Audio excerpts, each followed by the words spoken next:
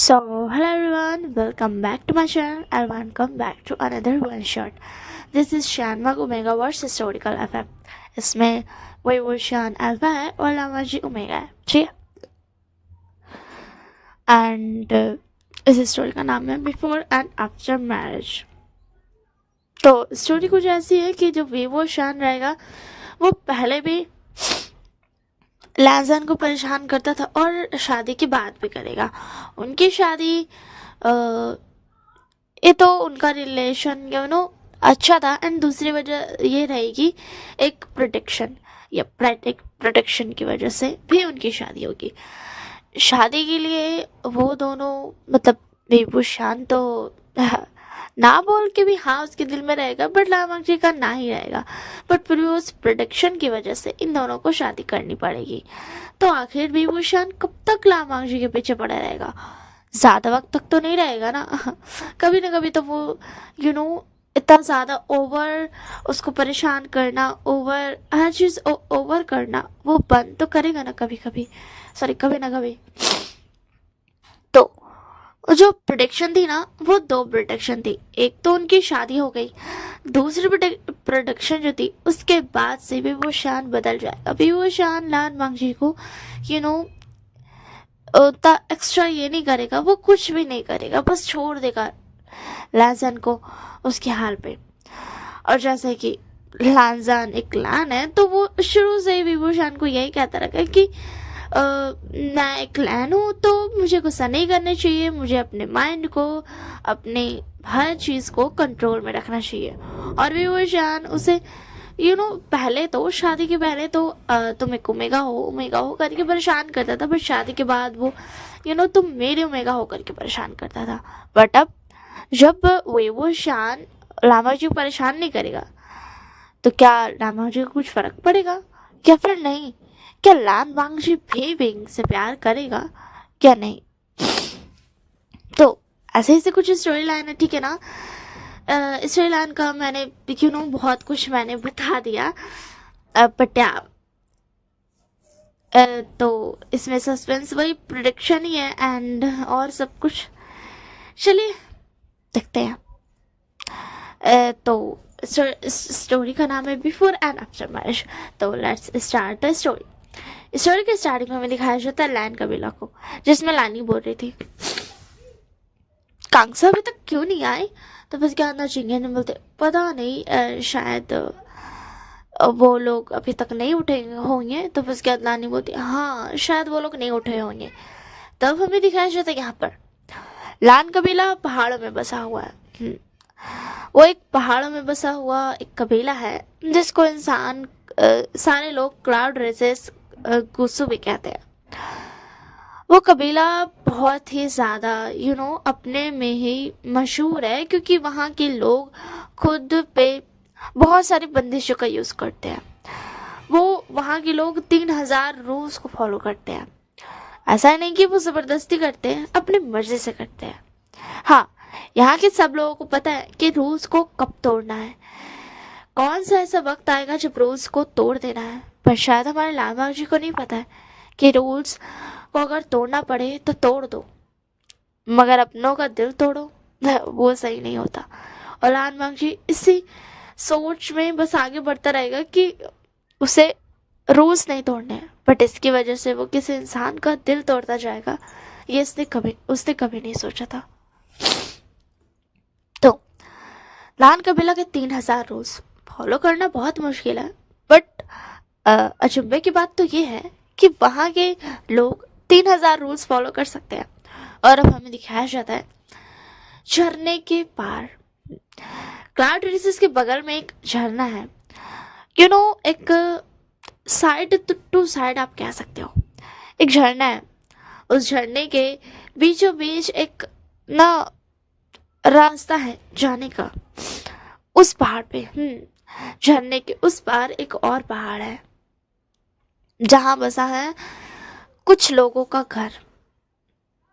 हाँ, कुछ लोगों का घर, क्योंकि वहां पर रहते हैं बासुशरण, कांगसासरन, वे चांगसे और विवोशियान। हाँ, वे कबीला उस पहाड़ पर रहता है। एंड लैन कबीला इस पहाड़ पर। बीच पे जो ब्रिज है वो सिर्फ वही लोग ओपन कर सकते हैं, मतलब ना कुछ ही लोगों के पास है उसका एक्सेस की, मतलब ना उनके पास एक तालिस्मान है जिसकी वजह से वो ब्रिज दिखने लगता है उनको, वरना हर कोई उस ब्रिज को नहीं देख सकता, हर कोई उस ब्रिज को पार नहीं कर सकता, क्योंकि वो ब्रिज तब बनता है जब आप उस तालिस्मान को एक्टिवेट करते हो, और वो तालिस्मान सिर्फ कुछ ही लोगों के पास है, लैन फैमिली और वी फैमिली।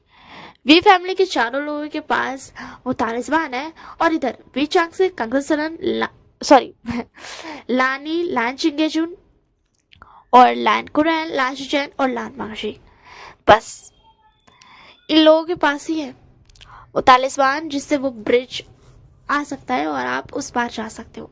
और उस साइड में भी चांग से कांगसलन बॉससरन और भी वो शान, बस इन्हीं लोगों के पास है। लोग ना बहुत शॉक्ड हुए थे कि कोई अपनी दोस्ती को इतना आगे भी बढ़ा सकता है, क्योंकि उन्होंने भी वही चांग से कांगसलन लानी और लान चिंगेजुन के दोस्ती के किस्से सुने हैं। वो ऐसे दोस्त नहीं है जो मतलब होता है, दोस्ती बहुत अच्छी होती है, बट एक न एक पल में आप उनको छोड़ देते हो ना कि उन्हें अपने घर जाना है और आपको अपने घर, बट इनकी दोस्ती वैसे नहीं थी।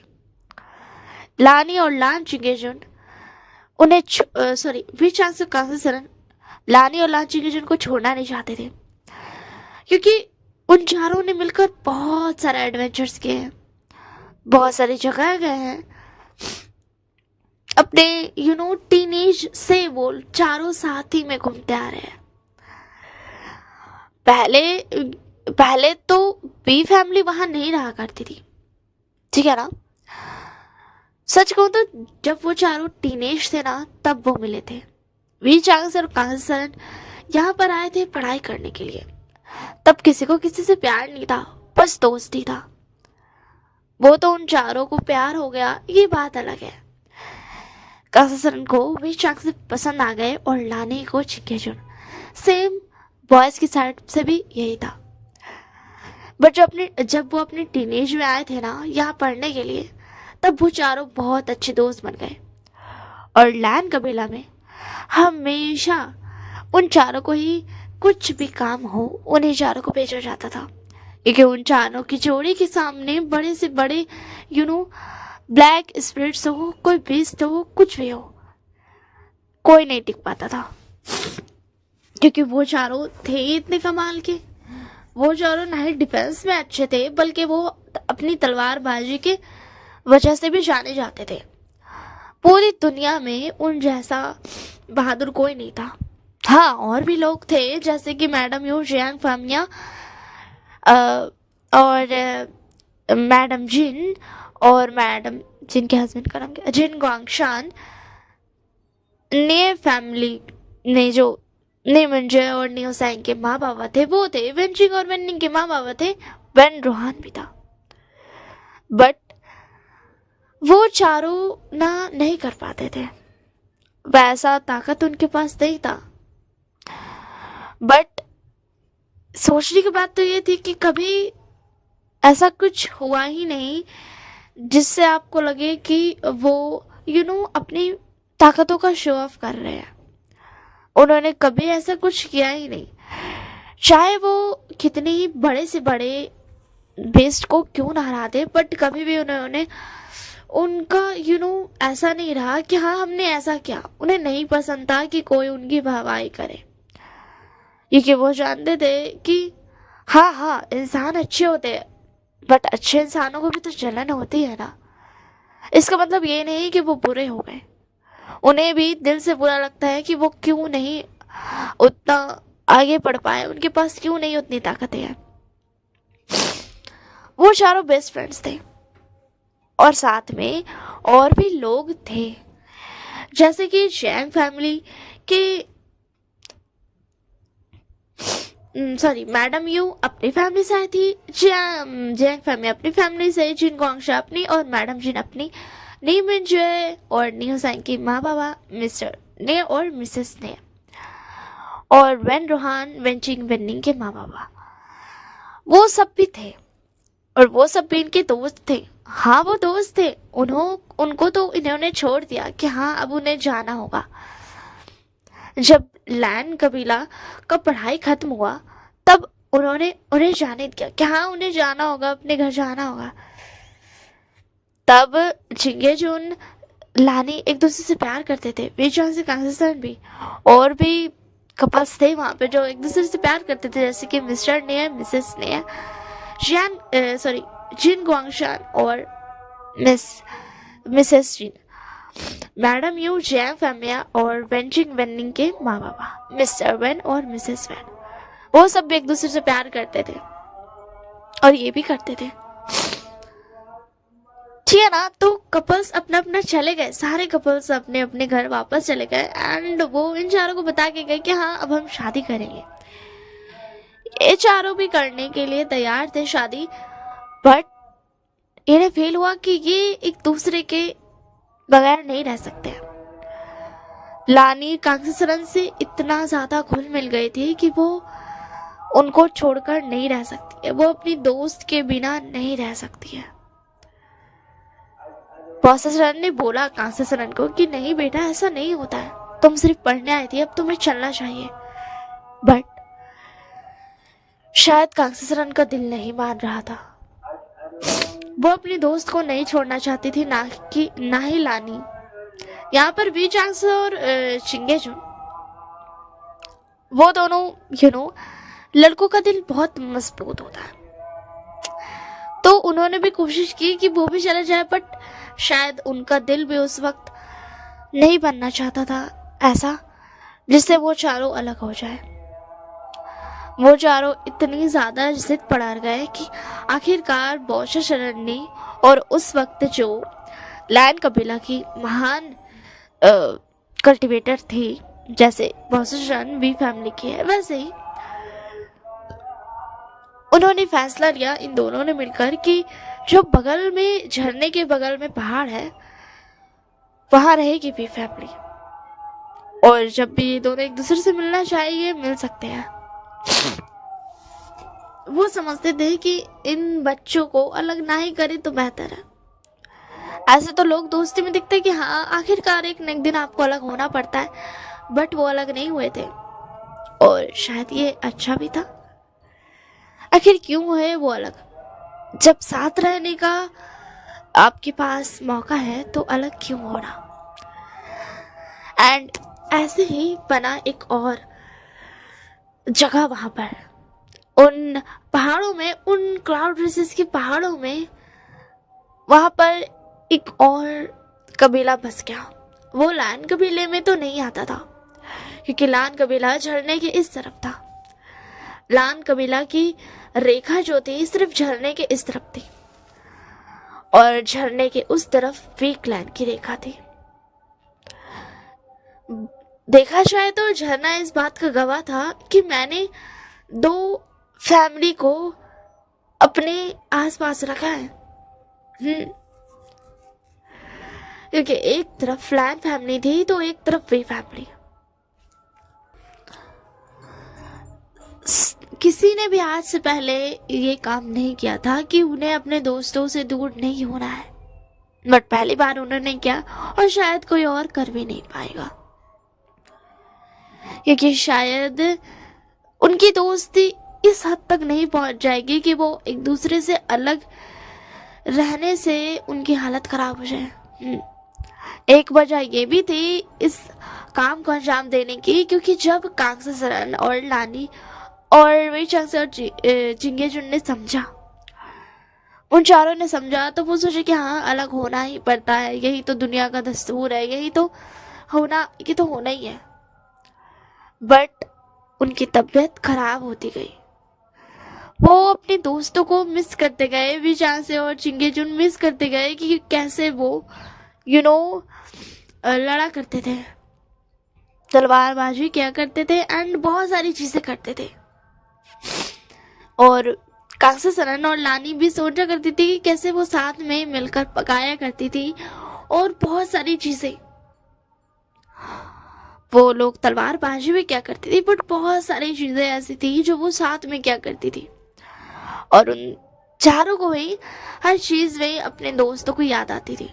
शायद ये भी वजह थी कि वो सब अलग ना हुए और आज वो साथ है। तो उन सब की शादी हो गई एंड उसके बाद ऐसे ही वक्त बीत गया। अब हमें दिखाया जाता है प्रेजेंट टाइम में विभूषण, जो कि इतना बड़ा हो गया है, और लान वांगजी भी इतना बड़ा हो गया। विभूषण देखा जाए तो लान शुचैन से थोड़ा छोटा है और लान वांगजी से 1-2 साल बड़ा। हाँ, लान शुचैन यहाँ पर उन दोनों से बड़े हैं और उनके चेहरे पर एक छोटी सी स्माइल रहती है। वो प्यारी सी स्माइल ना चिंगेजुन और लानी को बहुत पसंद है। पता है क्यों? क्योंकि चाहे वो कितने ही बड़े नाइट हंट से क्यों ना लौट आए, हाँ, अभी भी वो नाइट हंट पर जाना पसंद करते हैं अपने दोस्तों के साथ, भी चांग से और कांग से सरन के साथ। कितने भी थके हारे क्यों ना आए, जब वो लान शुचैन के चेहरे पर एक छोटी सी स्माइल दिखते हैं ना, जो वो हमेशा रखते हैं अपने चेहरे पर, तो उनकी सारी थकान जैसे दूर हो जाती है। उनके बच्चे के चेहरे की वो स्माइल दुनिया के किसी भी इंसान को ना सुकून दिला सकती है। उनके वो स्माइल में जैसे जादू सा था, और वो स्माइल लान शुचैन बचपन से रखते आ रहे हैं। ये सबका नेचर तो ऐसा था ना। लान कुरैन ने देखा था अपने भाई की और उनके दोस्तों की। लान कुरैन ना उन सब में छोटे थे और चारों ही लान कुरैन को बहुत पैम्पर किया करते थे। बट लान कुरैन ने फैसला किया था कि वो शादी नहीं करेगा, क्योंकि वो नहीं करना चाहते थे और उन्हें कोई पसंद भी नहीं आया। इसी के लिए तो जो लान कुरैन थे ना, उन्होंने भी बचपन से ही नोटिस किया है कि लान शुचैन के चेहरे पर एक प्यारी सी स्माइल रहती है। और सच कहूँ तो लान कुरैन जैसे वो जो खुद को हमेशा कठोर दिखाते थे, एक लाइन बताते थे और कहते थे कि मैं कठोर हूँ, मैं खुद पे कंट्रोल कर सकता हूँ, वो भी अपने चेहरे पर स्माइल आने से नहीं रोक पाते थे। जब वो लान शुचैन के चेहरे पर वो छोटी सी स्माइल दिखते थे, जो कि बचपन से उनके चेहरे पर था। जब उनके भाई की शादी हुई थी ना और उनके दोस्तों की, तब भी वो कठोर थे कि मुझे कोई फर्क नहीं पड़ता है। पर जब उनके बच्चे हुए ना, तब शायद लान कुरैन को समझ आया कि वो खुद को नहीं रोक सकते स्माइल करने से और फीलिंग्स शो करने से। ऐसा नहीं है कि लान कबीले में कहा गया है कि तुम फीलिंग्स शो मत करो, वो तुम्हारी मर्जी है, तुम कर सकते हो, बट जो होता है ना जलन, वो नहीं करनी चाहिए। चाहे तुम अच्छे के लिए ही क्यों ना जल रहे हो, तुम्हें नहीं जलना चाहिए, तुम्हें समझना चाहिए। बट हमारा जो लान वांगजी था, वो हमेशा अपने अंकल की कोशिशों को देखा करता था कि वो कैसे स्ट्रिक्ट हो जाया करते। हाँ, वो कभी कभी लान शुचैन की वो चेहरे की वो प्यारी सी स्माइल को देखकर हंस दिया करते हैं, बट वो देखा करता था कि कैसे उसके अंकल बहुत ही ज़्यादा स्ट्रिक्ट है, क्योंकि वो बच्चों को जब पढ़ाते थे वो स्ट्रिक्टली पढ़ाते थे।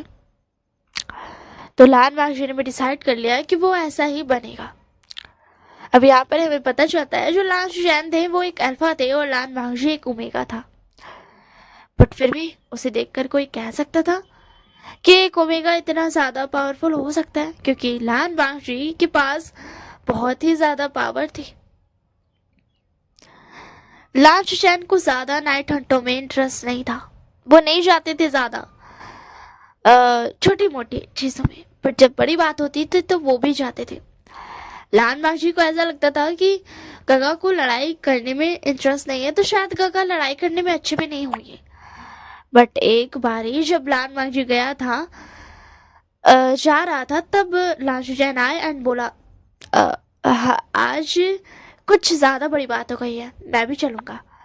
एंड लान वांगजी ने हाँ कर दिया एंड उसने अपने मन में सोचा कि मुझे गगा की हिफाजत करनी होगी, क्योंकि उसने कभी भी अपने गगा को लड़ाई करते देखा ही नहीं। बट जब लाल मार्जी वहां गया तब वो देखकर चौंक गया, क्योंकि उसके गगा ने 2 मिनट भी नहीं लगाया और जो आगे में बीस्ट था उसे मार गिराया। लाल मार्जी तो शॉक्ड हो गया कि आखिर जब गगा इतने अच्छे फाइटर है तो वो क्यों नहीं करते हैं, क्यों नहीं जाते हैं नाइट हंट्स में, एंड क्यों नहीं अपने नाम को और ऊंचा करते हैं कि इनके सामने कोई नहीं टिक सकता। और यही सोच दिमाग में लिए लाल मार्जी गया अपने गगा के पास और कहा, गगा, जब आपके पास इतनी ज्यादा अच्छी एबिलिटीज है, आप इतने अच्छे से लड़ाई कर सकते हैं, आपके सामने कोई नहीं टिक सकता, तो आखिर आप क्यों नहीं जाते हैं नाइट हंट्स में। तब लालचैन ने जवाब दिया, देखो वांगशी, मुझे पता है कि मैं लड़ाई में अच्छा हूँ, बट पता है क्या, मेरा दिल नहीं है लड़ने का, मुझे नहीं पसंद है उतनी लड़ाई। मैं ऐसा नहीं कहता हूँ कि मुझे नहीं लड़ना, नहीं, अगर जरूरत पड़े तो मैं भी लड़ूंगा, बट जो होता है ना खुद से जाना और खुद से लड़ना, वो वाला दिल मेरे पास नहीं है, वो मेरे दिल में नहीं है कि मैं जाकर लड़ूं, क्योंकि मुझे उतनी फाइट पसंद नहीं है, खुद से जाकर लड़ना मुझे नहीं पसंद है। तब लाल मार्जी ने कहा, गगा, मैं कुछ समझा नहीं। तब लालचैन ने बताया कि देखो, इस दुनिया में बहुत सारी चीजें हैं करने को जो लोग खुद से जाकर करते हैं, सबको देखते हैं कि हाँ वो भी कर रहे हैं तो हम भी करते हैं, बट तुम्हें पता है क्या कि तुम्हें हमेशा अपने दिल की सुननी चाहिए। हाँ, मैं मानता हूँ कि लैन क्लैन के लोग मशहूर हैं नाइट हंट्स पे जाने के लिए, क्योंकि वो हमेशा नाइट हंट्स करते हैं एंड जो भी उनके सामने आता है उसे मार गिराते हैं, और मुझे भी ऐसा ही करना चाहिए। बट पता है क्या, एक बार मैं भी अपनी माँ के पास गया था कई सवाल लेकर, बिल्कुल तुम्हारी तरह। तब मैं तुमसे थोड़ा छोटा था। तब क्या था ना, मुझे ना, मैं नाइट हंट पे तो गया था, बट मुझे ना मन नहीं किया था, मुझे खुशी नहीं हुई थी नाइट हंट पर जाकर। मैंने उसे एक काम की तरह कर कर आ गया, और मेरी माँ को ये पता चला, तो हमारी माँ ने बोला कि क्या हुआ है, तुम खुश नहीं दिख रहे हो नाइट हंट से आने के बाद। मैंने उस वक्त उस बात को टाल दिया, मैंने कुछ नहीं कहा, और शायद मैं थक भी गया था नाइट हंट से आने के बाद। फिर कुछ समय बाद मैं गया माँ के पास। हाँ, मैंने रूल तोड़ा, रात के वक्त नहीं जाना चाहिए, बट क्या करूं, मेरा मन विचलित हो रहा था, मुझे नींद नहीं आ रही थी, और मेरे मन में एक सवाल था कि आखिर माँ मुझसे पूछना क्या चाहती थी, क्योंकि मैं समझ नहीं पाया था कि माँ क्या कहना चाह रही है। तब मैं गया, तब मैंने माँ से पूछा, माँ, क्या आपको खुशी होती है नाइट हंट पर जाकर? तो माँ ने कहा, मुझे बहुत खुशी होती है, खासकर जब मैं अपने दोस्तों के साथ और अपनों के साथ जाती हूँ तब, चाहे मैं अकेले ही क्यों ना रहूं, मुझे नाइट हंट्स बहुत पसंद है बच्चा। तब मैंने बोला कि क्या ऐसा हो सकता है माँ, क्या ऐसा हो सकता है कि किसी लान को नाइट हंट्स उतनी पसंद ना हो, जरूरत हो वो तो वो जाए, पर जो होता है ना दिलचस्पी बहुत ज्यादा, जो आपकी होती है फेवरेट चीज, वो ना हो तो उसके बाद मैडम लैन बोलती है, देखो बेटा, मैं मानती हूँ कि लैन कबीला बहुत ज्यादा मशहूर है इस बात को लेकर कि वो सारे कबीलों से ज्यादा नाइट हंट्स करता है, और लैन कबीले में सभी को नाइट हंट्स बहुत ज्यादा पसंद है। उनकी सबसे ज्यादा सबसे ज्यादा पावर का प्रदर्शन नाइट हंट ही होता है। बट पता है क्या, ऐसा भी होता है कि जब आपको नाइट हंट्स नहीं पसंद आते हैं, ऐसा नहीं है कि आप उन्हें नापसंद करते हो, आप वो कर दोगे, बट आपकी जो होती है ना खुशी, बहुत ज्यादा खुशी जो होती है ना किसी काम को करने से आपको, वो नहीं होती है। तो फिर उसके बाद लालचैन ने बोला, माँ, मैं एक बात बोलूं? तो मैडम लैन बोलती है, हाँ बच्चा बोलो, तुम जो चाहो वो बोल सकते हो, मैं तुम्हारी माँ हूँ, तुम मुझसे सब कुछ शेयर कर सकते हो। ये कभी मत सोचना कि मैं क्या सोचूंगी और क्या होगा और क्या नहीं, बस जो दिल में आए वो बोल देना, दिल में कुछ कभी मत रखना। तब लालचैन ने बोला, माँ, मैं चाहता तो हूँ नाइट हंट पर।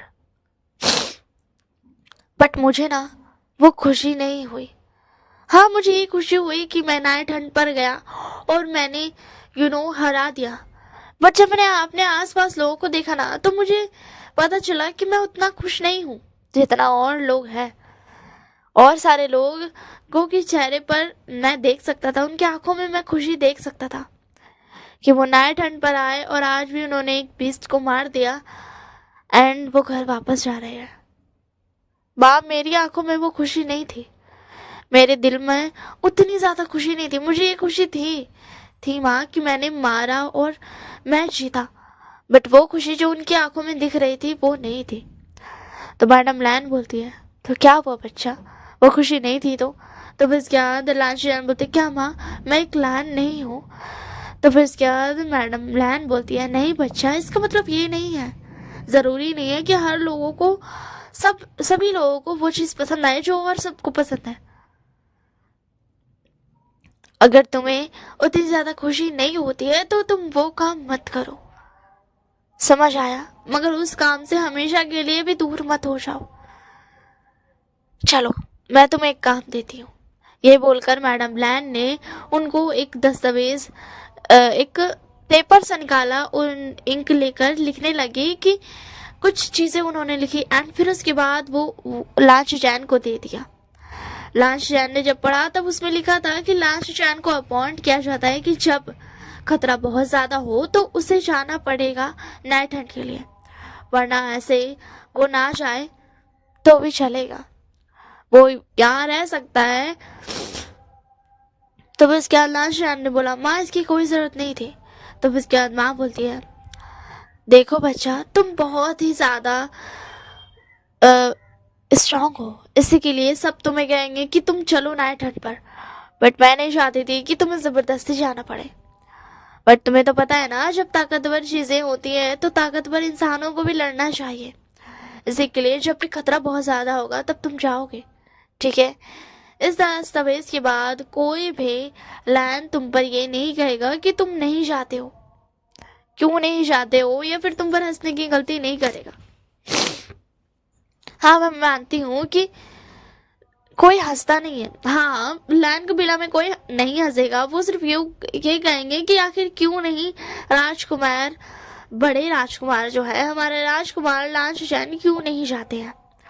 बट बाकी जो बाहर के लोग रहेंगे वो तो हंसेंगे ना कि आखिर कैसा ये राजकुमार है जो जाता ही नहीं है नाइट हंट पर एक अल्फा होकर भी। मैंने ये सिर्फ दुनिया वालों के लिए किया है, बट अपने बच्चे को तो मैं ये कहना चाहूंगी कि बच्चा, अगर जो तुम्हें नहीं पसंद है ना वो मत करो, ठीक है? एंड यही बातें लान मांगजी को लांच जैन ने बताई। तो लान मांगजी ने बोला, ओ काका मैं समझ गया, सच में माँ बहुत अच्छी है। तब इसके बाद लांच जैन बोलते, अब तुम समझ गए ना? तब इसके बाद लान मांगजी बोलता, तो क्या आप खुश नहीं हो? तो इसके बाद लांच जैन बोलते, तुम बिल्कुल बुद्धू हो मांगजी, मैं खुश हूँ, बट जितनी खुशी तुम्हारी आंखों में दिखती है ना उतनी खुशी मुझे नहीं होती है। कुछ चीजें होती है जिससे आपको बहुत ज्यादा खुशी मिलती है और कुछ चीजें होती है जिससे कुछ लोगों को नॉर्मल खुशी मिलती है। तो वो जो नॉर्मल खुशी है ना वो मुझे मिली, बहुत ज्यादा खुशी मुझे नहीं हुई। वैसे माँ जी, मुझे एक बात पूछनी थी, तुम राजकुमार विभूषण को साथ क्यों नहीं लेकर जाते हो? तो उसके बाद माँ जी ने बोला, काका आप तो जानते हो ना मुझे वो बिल्कुल पसंद नहीं है, वो मुझे हमेशा परेशान करता है, इसी के लिए मैं रिक्वेस्ट करता हूँ कि वो मेरे साथ ना जाए। तब उसके बाद ना लांच जैन बोलते, हाँ वो परेशान करता है तुम्हें, बट वो सिर्फ तुम्हें छेड़ता ही तो है ना, अब वो उसका नेचर है भांगजी, वो कुछ नहीं कर सकता। तुम्हें नहीं पता बट हमारी माँ ने हमें बताया है ना कि उनके फ्रेंड्स कैसे हुआ करते थे, कभी कभी उन्होंने हमें किस्से सुनाए हैं ना।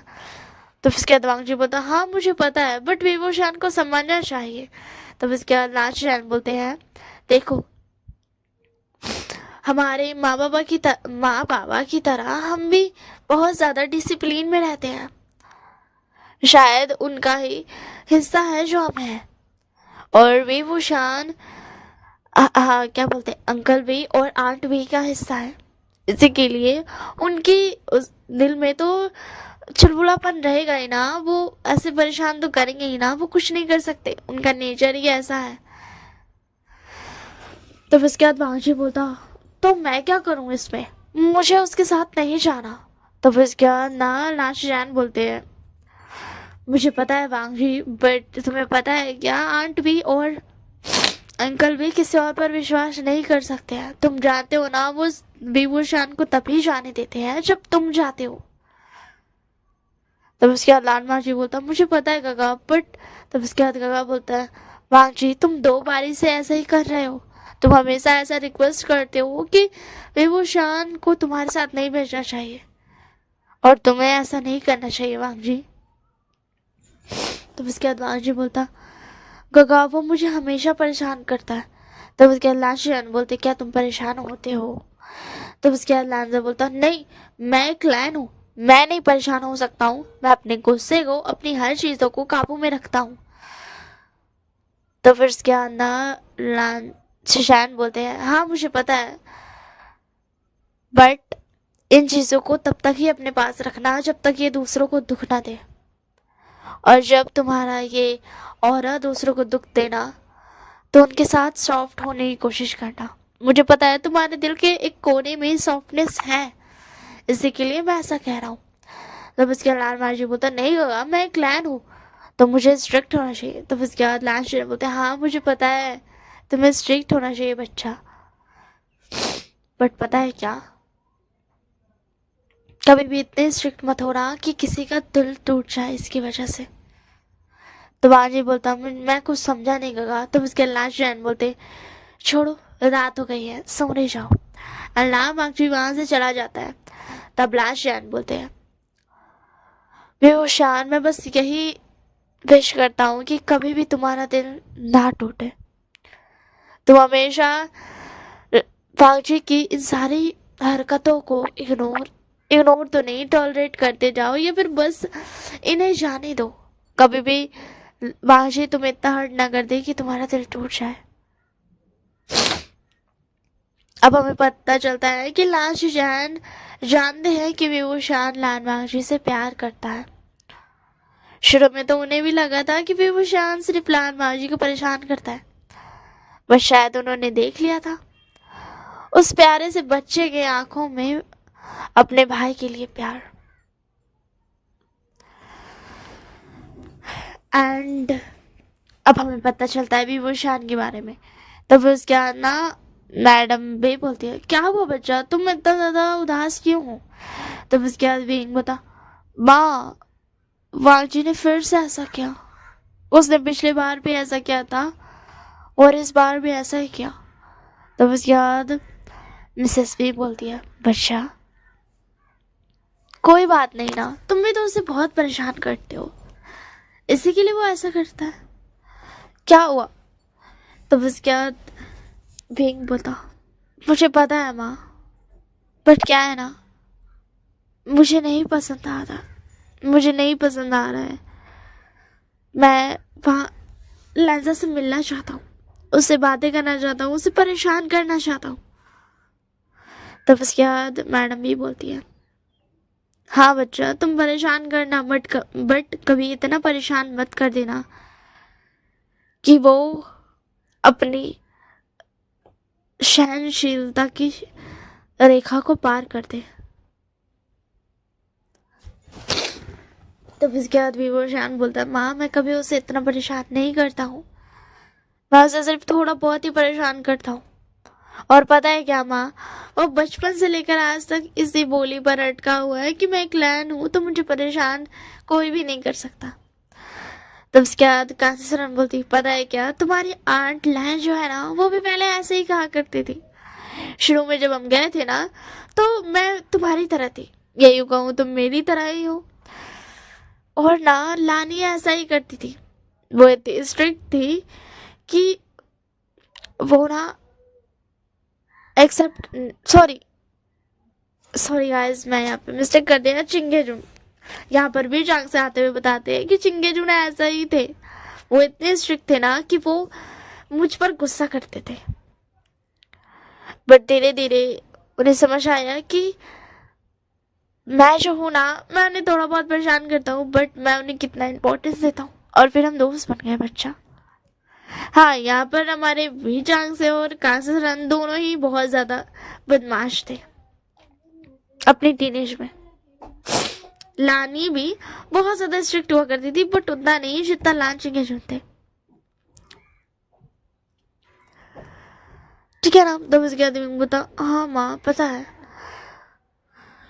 ठीक है माँ, अब हमें सो जाना चाहिए, रात हो गया, मैं चलता हूँ सोने के लिए। एंड ये बोल करके भी वो शान चला जाता है। एंड उसी में बॉशा शान आती है एंड बोलती है कांगसा। तो उसके बाद ना कांगसा बोलती, हाँ माँ बोलिए।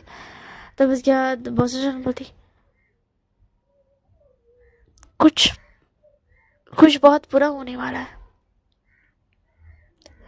एक तो अच्छी बात है और दूसरी बात है बहुत बुरा होने वाला है। तब उसके बाद ना वे चांग से समझ नहीं पाते और बोलते, क्या मतलब क्या है आपका, मुझे कुछ समझ नहीं आ रहा है। तब उसके बाद बादशाह शान बोलती है कि कल हमें बात करना होगा, ठीक है ना, कल हम सब बात करेंगे, ठीक है। तब उसके बाद विशाल का सर मान जाते हैं एंड बोलते ठीक है, हम कल बात कर लेंगे। एंड ये बोल करके वो सब भी सो जाते हैं। एंड कल हमें दिखाया जाता है कि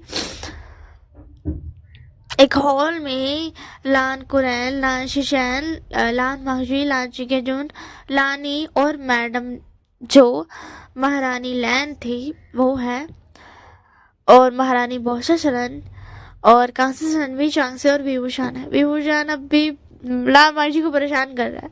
हे तुम क्या कर रहे हो? हाँ, अरे तुम कुछ बोलते क्यों नहीं हो? तुम्हें बोलना चाहिए, पता है क्या, जब तुम्हारे पास आवाज हो ना तो बोलना चाहिए। थोड़ी तो अहमियत करो अपनी आवाज की। तुम कितने बोरिंग हो। लहजा लहजा तुम सुन भी रहे हो, तुम मुझे परेशान कर रहे हो। तो उसके बाद लान माशी कुछ जवाब नहीं देता है। फिर कुरैन बोलते हैं वही वो शान। तब उसके बाद बता अंकल लैन, मैं तो बस कुछ बातें पूछ रहा था लहजा से, और कुछ नहीं। तब उसके बाद लान कुरैन बोलते शांति से बैठ जाओ। एंड उसे में महारानी बॉशेशन और महारानी लैन बोलती है एक चीज है जो मुझे पता चली है। एक्चुअल में तो दो चीज है बट एक चीज के बारे में हम आपको बता देते हैं। तब उसके बाद हमें मैडम लैन, महारानी लैन बोलती है कि वे वो शान और लान मांझी की शादी कर दी जाए। तो सब शॉक्ड होते हैं। लान कुरैन में बोलते हैं कि आप ये क्या कह रहे हो? तो फिर उसके बाद महारानी लैन कहती है कि मैंने एक प्रिडिक्शन करी है, ये यूं कहूँ तो मुझे पता चला है कि कुछ ऐसा होने वाला है जिसके लिए इन दोनों की शादी होना जरूरी है। और मुझे ऐसा पता चला है कि किसी लान से ही विभूषण की शादी करानी पड़ेगी, और लान में ओमेगा सिर्फ लान मांगशी ही है। तो उसके बाद ना लानी बोलती है बट महारानी आखिर क्यों? तो फिर उसके बाद बॉसशन बताती है कि एक मुसीबत है जो आने वाली है और जिसे सिर्फ दो अल्फा और ओमेगा जो कि सोलमेट्स होंगे, जो कि शादीशुदा होंगे, वही लड़ सकते हैं जिससे, और वो कोई और नहीं, वे फैमिली का वारिस और लैन फैमिली का वारिस होगा। तो वी फैमिली में तो अभी वो शान एक अल्फा है और ओमेगा तो लान मक्जी है ना, इसी के लिए। तो उसके बाद विवोशान अपने मन में सोचता है कि क्या ये सही रहेगा लाजान से शादी करना, बट फिर वो बोलता है ये प्रिडिक्शन के लिए है। एंड उसी में बॉशान बोलती है कि अगर वो मुसीबत बहुत बड़ी है, बहुत ज़्यादा, वो सारे कबीलों को ख़त्म कर सकती है। तो फिर उसके बाद बेवशान बोलता है हाँ मुझे ऐसा करना चाहिए। एंड इधर लान मांगजी भी सोचता है कि अगर उसके ऐसे करने से सारी दुनिया, सारा कबीला बच सकता है तो ठीक है, वो ऐसा करेगा। वो एक क्लैन है तो उसकी जिम्मेदारी बनती है करने की। एंड वो दोनों ही हाँ कर देते हैं। तब उसके बाद वॉशरटन बताती है कि अभी तक हमें उस मुसीबत के बारे में नहीं पता है कि वो क्या कैसे होगा और क्या होगा, बस इतना पता है कि वो बहुत खतरनाक होगा और तुम दोनों ही हो जो उसे हरा सकते हो और मिलकर। और तुम दोनों सोलमेट हो, तो अगर तुम दोनों की शादी हो जाएगी तो तुम दोनों और ज़्यादा पावरफुल हो जाओगे। तो उसके बाद लैंड महर्षि बोलता है क्या हम सोलमेट हैं? तो बस याद महारानी लैन बोलती है हाँ तुम दोनों सोलमेट्स हो, तुम दोनों एक दूसरे के अल्फा और ओमेगा हो। लैन महर्षि को तो अब तक लगा था कि वो तो शादी इसलिए करनी है क्योंकि मतलब वो तो समझा था, बट सोलमेट, क्या विभूषण उसका सोलमेट है? ऐसा कैसे हो सकता है? वो इस बात को मानने के लिए तैयार नहीं था, मानने के लिए, और उसने बोला कि इस बात को छोड़ते हैं। एंड जब वो दोनों एग्री हो गए तो उनकी शादी की तैयारी शुरू हो गई। उन दोनों की शादी की तैयारी शुरू हो गई और लास्ट चैन ने एक बार लान वांगजी से बात की और कहा वांगजी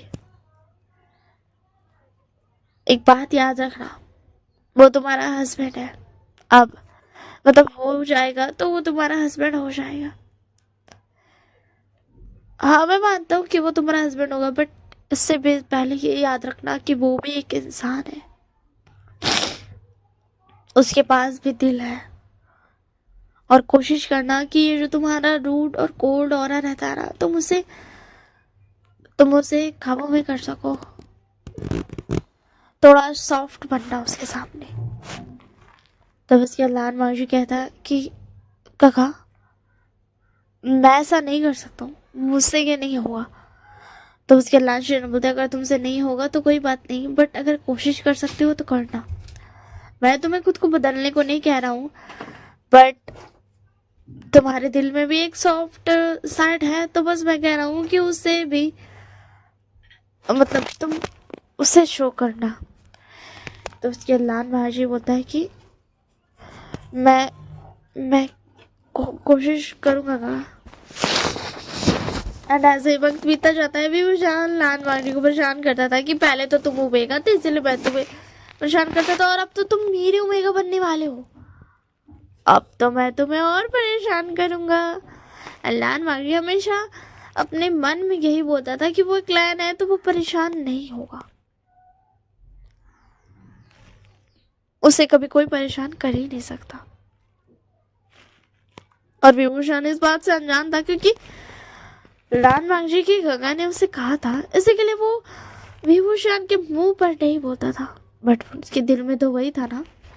और विभूषण को लगता था कि शायद लान वांगजी भी अब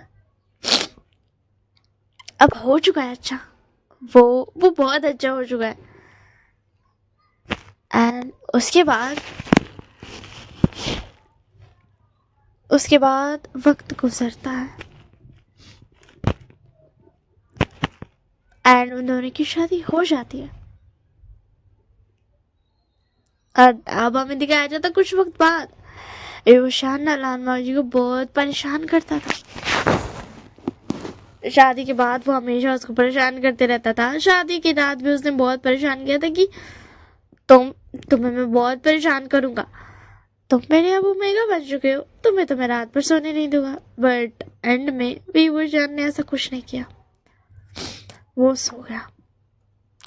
एंड उसके बाद कुछ वक्त बाद हमारा जो नाज़न था ना, वो रहता था वी फैमिली के साथ ही पहाड़ के उस पार, बट कभी भी उसकी फैमिली उससे मिल सकती थी, वो उनसे मिल सकता था।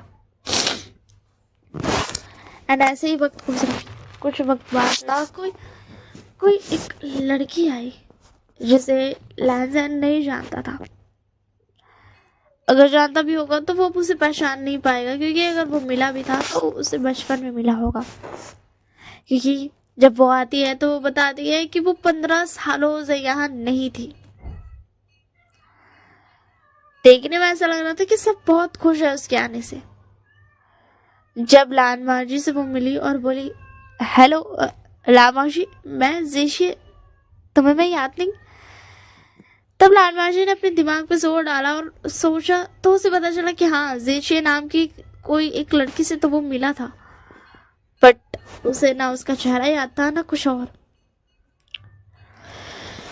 तो यार जेशी ने बोला, कोई बात नहीं, वैसे तुम यहाँ पे क्या कर रहे हो? तब उसे में विभूषण आ गया एंड जेशी गई एंड बोली, विभूषण तुम आ गए, तुम कहाँ थे?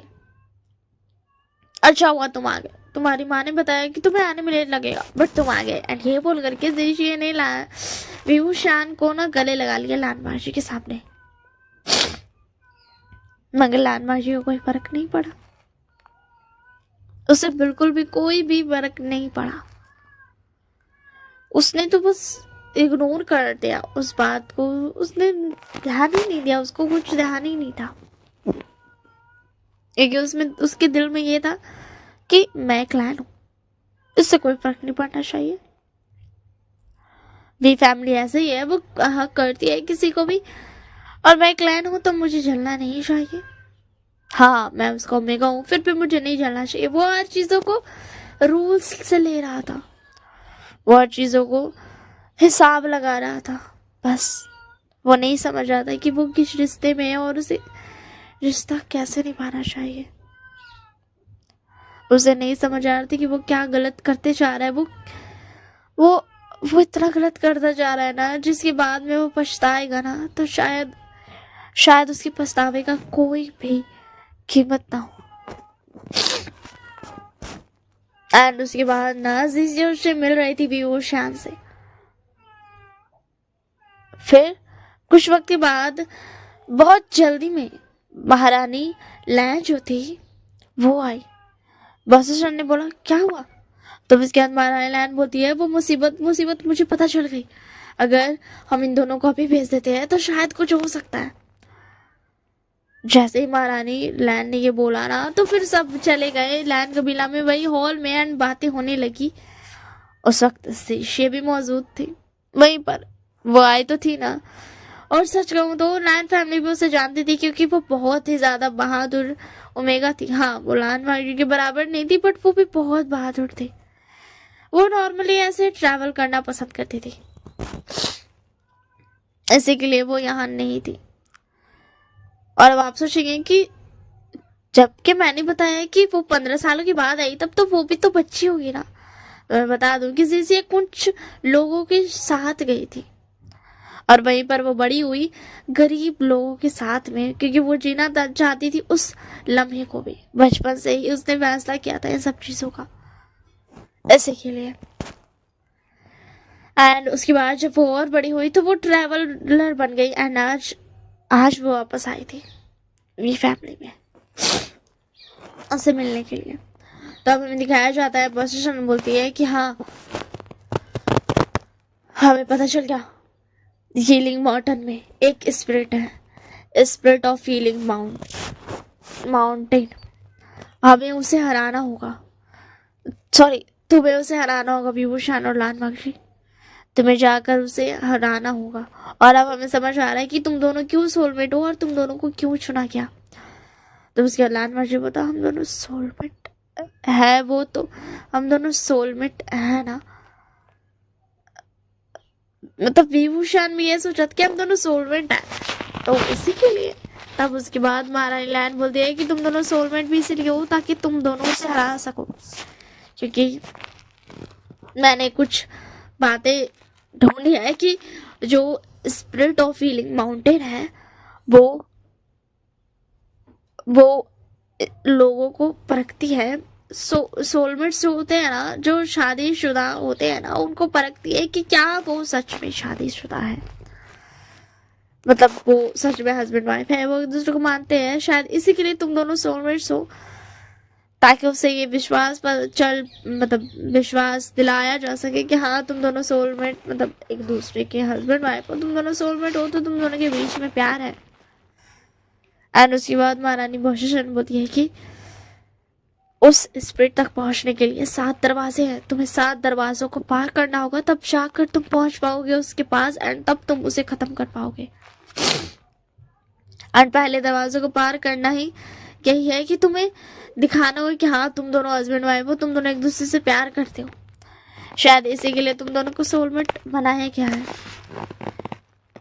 या मुझे नहीं पता तुम दोनों सोलमेट क्यों हो, ये तो मुझे आज तक समझ नहीं आया। मैंने बहुत कोशिश की है जानने की तुम दोनों सोलमेट क्यों हो, बट कहते हैं ना कि जो नेचर होता है उसे ढूंढकर कोई फायदा नहीं, क्योंकि तुम उसका जवाब कभी नहीं ढूंढ सकते।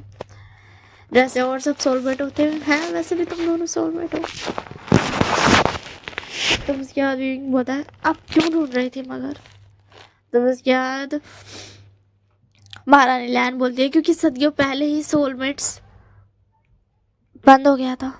दुनिया में सोलमेट्स नाम की कोई चीज़ ही नहीं थी। सदियों पहले हुआ करते थे सोलमेट्स, और तुम सोलमेट्स हो।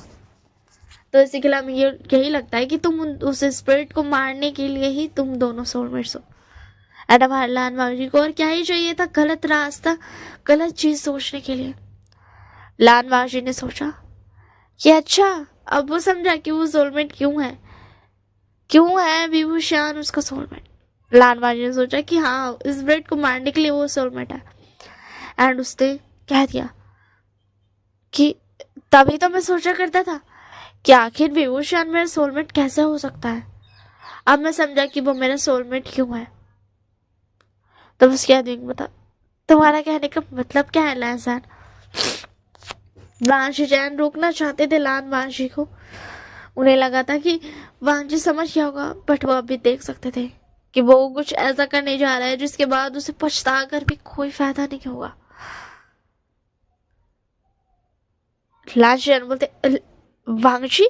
तो उसके बाद वांशी बोलता हाँ काका मैं समझ गया कि विभूषण मेरा सोलमेट क्यों है, वो इसी के लिए ताकि हम उस ये लिंक इसको मार सके। तो उसके बाद महारानी बहुत बोलती है ये एक वजह हो सकती है लामाशी, बट डेस्टिनी भी कोई चीज होती है, तुम दोनों का दिल भी कोई चीज होती है। तो उसके लानमाजी बोलता मुझे कुछ नहीं पता, मैं समझ गया कि मैं सोलमेट क्यों हूँ और मैं उस काम को पूरा कर रहूंगा। एंड ये सुनकर विभूषण के पैरों तले तो जमीन खिसक गई थी, क्योंकि वो सोच रहा था शायद लैजा ने उसे मान लिया है अपना हस्बैंड, उसे मान लिया है अपना अल्फा, उसे मान लिया अपना सोलमेट दिल से। बट अब उसे पता चल रहा था कि वो कितना गलत था जब वो ये सोच रहा था कि लानबाजी उससे प्यार करने लगेगा। बट फिर भी विभूषण ने बोला कि नहीं हो सकता है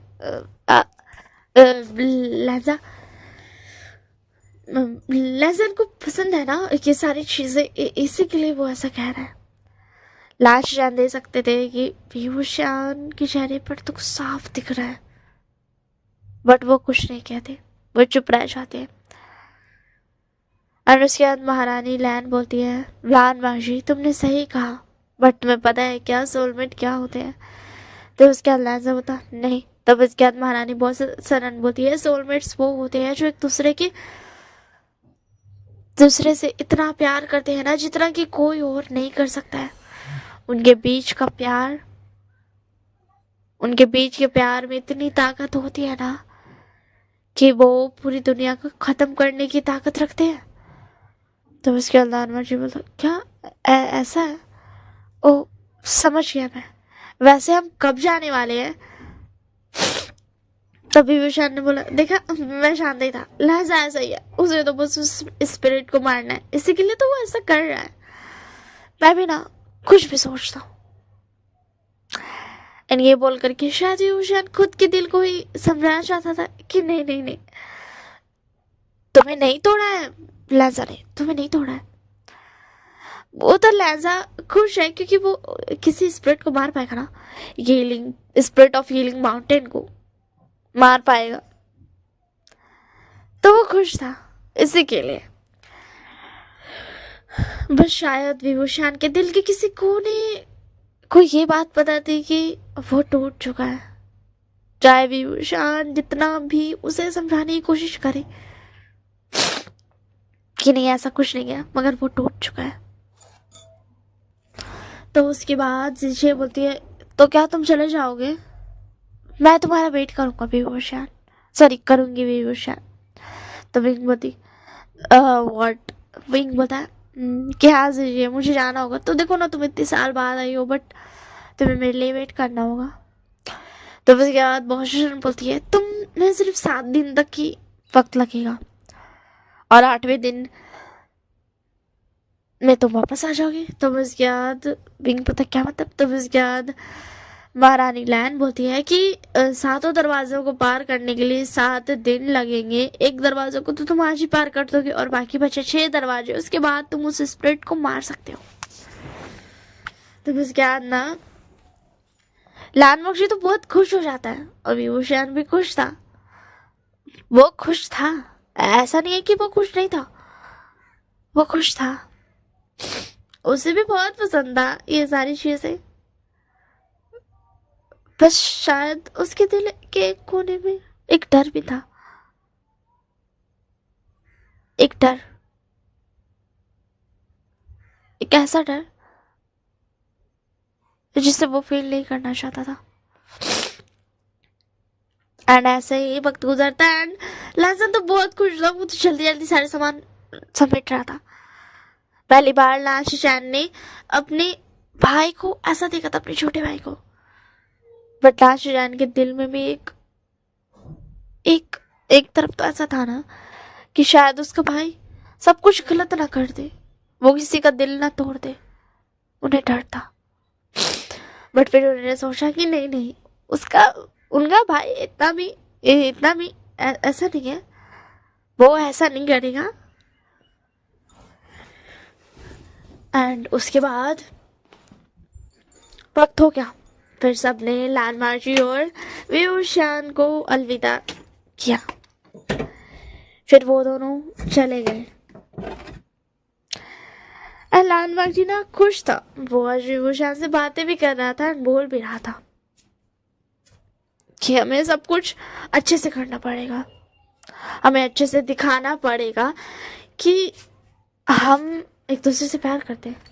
अब तक तो विभूषण लालबाग जी की सारी बातें सुन रहा था, बट ये बात सुनकर ना शायद उसका दिल जो 1% टूटा था ना, वो अब 10% में बदल चुका था।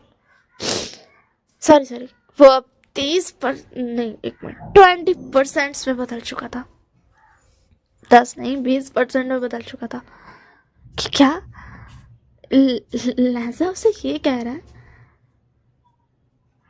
तो फिर उसके बाद ना लाल मांझी बोलता हाँ हमें दिखावा तो करना पड़ेगा ना, मैं तुमसे सही में तो प्यार नहीं करता हूँ ना, तो मुझे दिखाना तो पड़ेगा ना। तो उसके बाद ना विंग का दिल और टूट गया, बट उसने खुद को संभाला। फिर वो आगे गए एंड वो पहुंच गए पहले दरवाजे के पास, और जैसे कि उन्होंने सोचा था उन्होंने उस दरवाजे को पार कर दिया।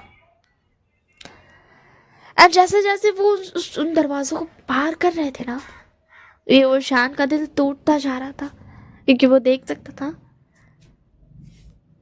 कि लहजा वैसा नहीं है जैसा वो समझ रहा था। उसे लग रहा था कि कभी ना कभी तो वो लान वांगजी उससे प्यार करेगा ना, बट ऐसा कुछ नहीं हुआ। बट फिर भी उसने बोला कि उसे ये काम करना चाहिए। एंड वो लोग आगे बढ़ते गए। दूसरे दरवाजे में उन्हें तलवारबाजी करनी थी और उसके अगले दरवाजे में उनको संगीत का ये था, एंड उसके अगले दरवाजे में उनको दिमाग लगाना था, क्योंकि वहां बहुत सारी पहेलियां थी। और उसके अगले दरवाजे में उन्हें इतनी तेज दौड़ना था कि वो बच पाए, क्योंकि आसपास की अगल बगल की दीवारें चिपट से रहे थे, पास आ रही थी, जिससे वो शायद वहां मर भी सकते थे। तो इसके लिए वो पार करने लगे। और उसके अगले दरवाजे में एक और पहेली थी। वो पहेली ऐसी थी कि अगर तुमने गलत इस पे कदम रखा तो तुम मारे जाओगे, और उनको एक मैप भी दिया गया था, और वो समझ गए थे कि इसके अगले दरवाजे में वो स्प्रिट है।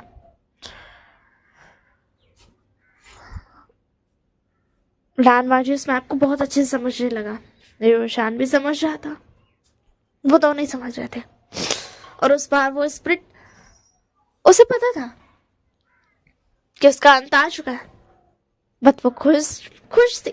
हाँ, कोई अपने अंत से कैसे खुश हो सकता है भला? वो अपना अंत तो नहीं चाहती होगी ना, बट वो ना खुश थी कि उसके अंत करने के लिए ये दोनों आए हैं, क्योंकि शायद वो उन दोनों के ही दिल की बातों को समझ सकती थी। हाँ, वो उन दोनों के दिल की बातों को समझ सकती थी। वो एक तरफ देख सकती थी कि जैसे ये दरवाज़ा टूटेगा ना, ये दरवाज़ा खुलेगा ना, वैसे ही विभूषान का दिल और टूट जाएगा। और जब वो लोग वापस जाएंगे ना, तब विभूषान का दिल इतना टूट जाएगा ना, वो पूरी तरह से टूट जाएगा। एंड इसीलिए वो स्पिरिट ऑफ फीलिंग माउंटेन खुश थे। वो अपने अंत को तो नहीं रोक सकती है, बट वो खुश थी कि उसके मरने के बाद भी कुछ तो ऐसा होगा ना जो उसके दिल को सुकून दे सकता है। जो लोग उसे मारने आ रहे हैं, उनकी जिंदगी में इतना बड़ा सैलाब आएगा, एक तरफ जिसका दिल टूट जाएगा, और दूसरी तरफ जिसके लिए उसने एक और चीज सोच कर रखी थी। एक चीज उसने सोच कर रखी थी, जो कि वो उस चीज को ना अपने पावर से ना बहुत ज्यादा ना अपने पावर को ना अलग करके बना रही थी। वो एक ऐसी तितली को बना रही थी जो लाल मांझी के पास तब जाएगी जब वो सपना, वो दोनों जो है ना, वो दोनों घर चल जाएंगे। एंड उनके घर जाए भी 7 दिन हो जाएंगे। वो एक तितली को बना रही थी अपने पावर से, एंड उनके अंदर ना उन बातों को रख रही थी जिन्हें वो रखना चाहती थी। एंड ऐसे ही विभूषण और लाल मांझी ने इधर इस पहेली को भी पार कर दिया। अब खुलने की बारी थी 7वें दरवाजे की। उस स्पिरिट ऑफ हीलिंग माउंटेन ने उस जो तितली को है ना ये दे दिया कमांड कि तुम 7 दिन बाद, उसने लाल मांझी के बारे में बता दिया। और अब तो वो तितली देख भी सकती थी लाल मांझी को, तो कमांड देकर बोल दिया कि तुम इस लाल मांझी के पास ना ठीक 7 दिन बाद जाना एंड उसे ये सारी चीजें दिखाना। एंड वो तितली वहां से उड़ गए, वो चली गई। एंड अब बारी थी स्पिरिट ऑफ हीलिंग माउंट को मारने की।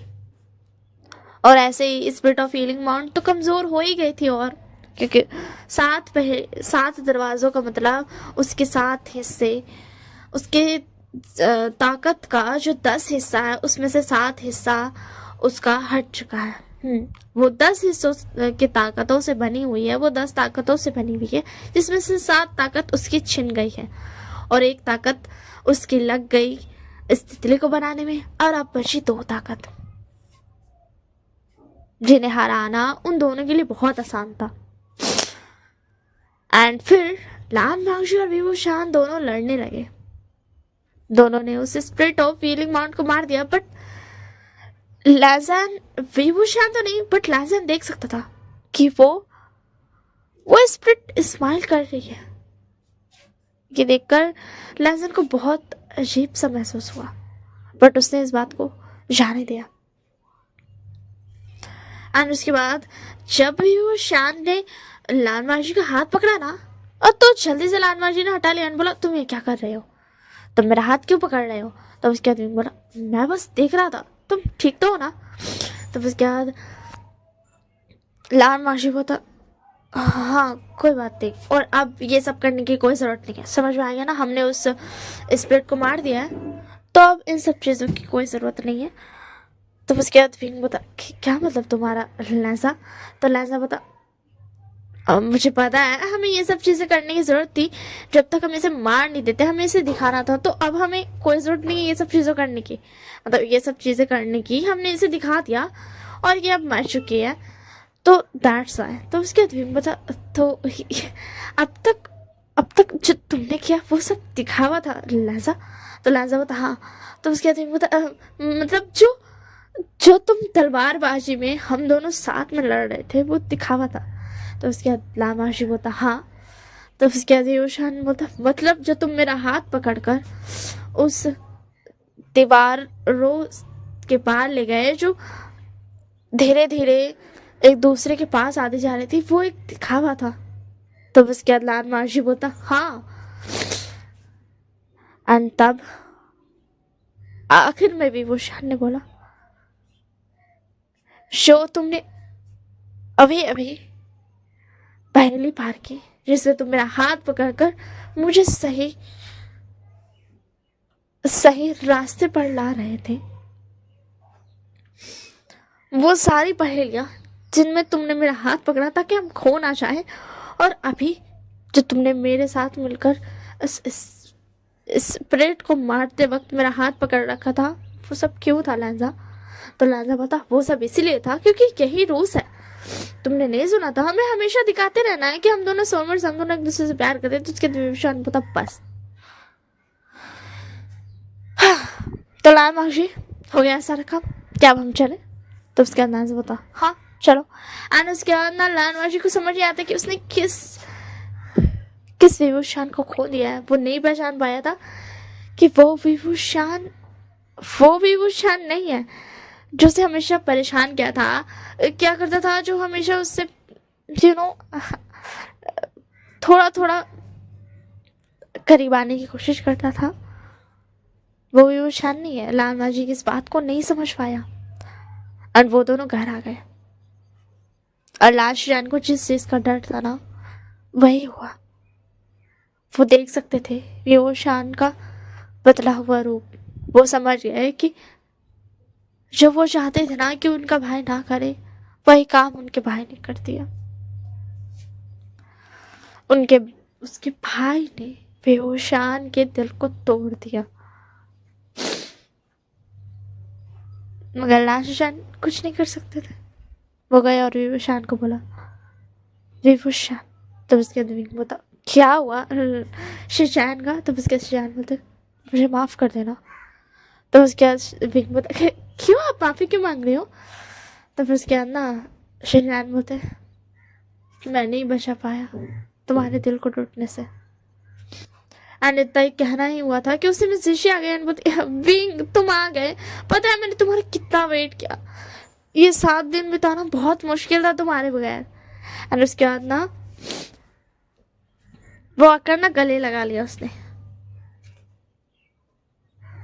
सोचने की बात तो ये थी कि कोई एक चीज थी जो अभी भी शिष्य नहीं जानते थे। इसी की वजह से तो वो विभूषण से इतना ज्यादा चिपक रही थी। एंड अब लाल मार्शी को थोड़ा सा ना बुरा लगता है क्योंकि उसे भी वो पल याद है जब वो विभूषण का हाथ पकड़ता था और विभूषण भी उसका हाथ पकड़ता था कि लहजा इधर नहीं, इधर ध्यान दो। एंड शिष्य ने बोला तो चले हम खाने। एंड ये बोल करके ना वो ले जाने लगी विंग को। एंड बोलती है कि मैं तुम्हारे लिए अपने हाथों से खाना पकाया और तुमसे मुझे एक बात भी करनी है। तो उसके बाद विंग बोलता क्या बात शिष्य? तो शिष्य बोलती अभी नहीं, चलो ना बाद में बात करते हैं अकेले में। तो उसके बाद ना विंग बोलता क्या बात है शिष्य, क्या कुछ बात हुई? तो उसके बाद शिष्य बोलती मैंने तुमसे कहा था ना कि मैं वापस आऊंगी, तो मैं आ गई। तो उसके बाद विंग बोलता हाँ तो इसमें कौन सी बड़ी बात है? तो उसके बाद शिष्य बोलती मैंने तुमसे और एक बात कही थी, तुमने ध्यान नहीं दिया था। तो उसके बाद विंग बोलता नहीं। तब उसके बाद शिष्य बोलती मैं तुमसे ये भी कहा था कि जब मैं आऊँगी तो मैं तुम्हारे पास ही रह जाऊँगी। तो उसके बाद विंग बोलता हाँ ठीक है, तुम यहाँ रह सकती हो। तो उसके बाद शिष्य बोलती और एक बात है जो कि मैं बाद में बताऊँगी, ठीक है? वो मैंने बहुत जब मैं तुमसे दूर रही ना तब मुझे पता चला। तो अभी 7 दिन जब मैं तुमसे दूर रही ना तब मुझे पता चला उस बारे में, तो मैं बाद में बताऊंगी, अभी चलो खाने।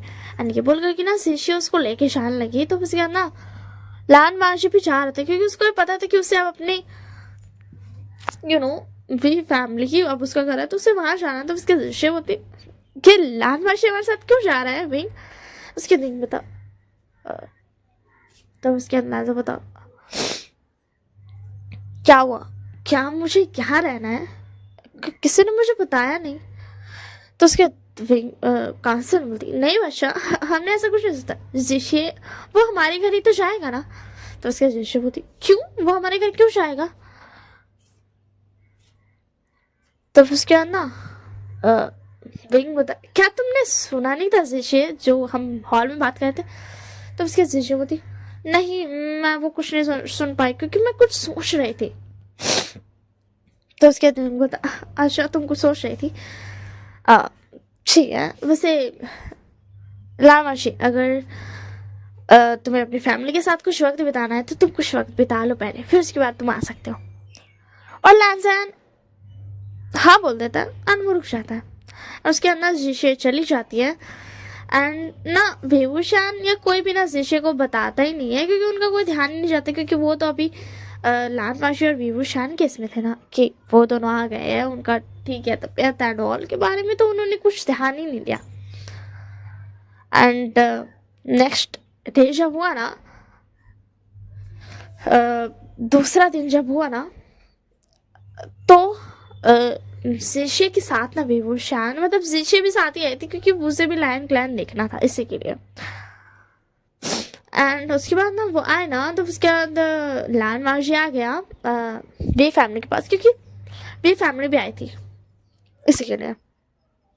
बॉस्टन भी आई थी आसान विशाख से, और बेबूशान और जिशे सब आए थे।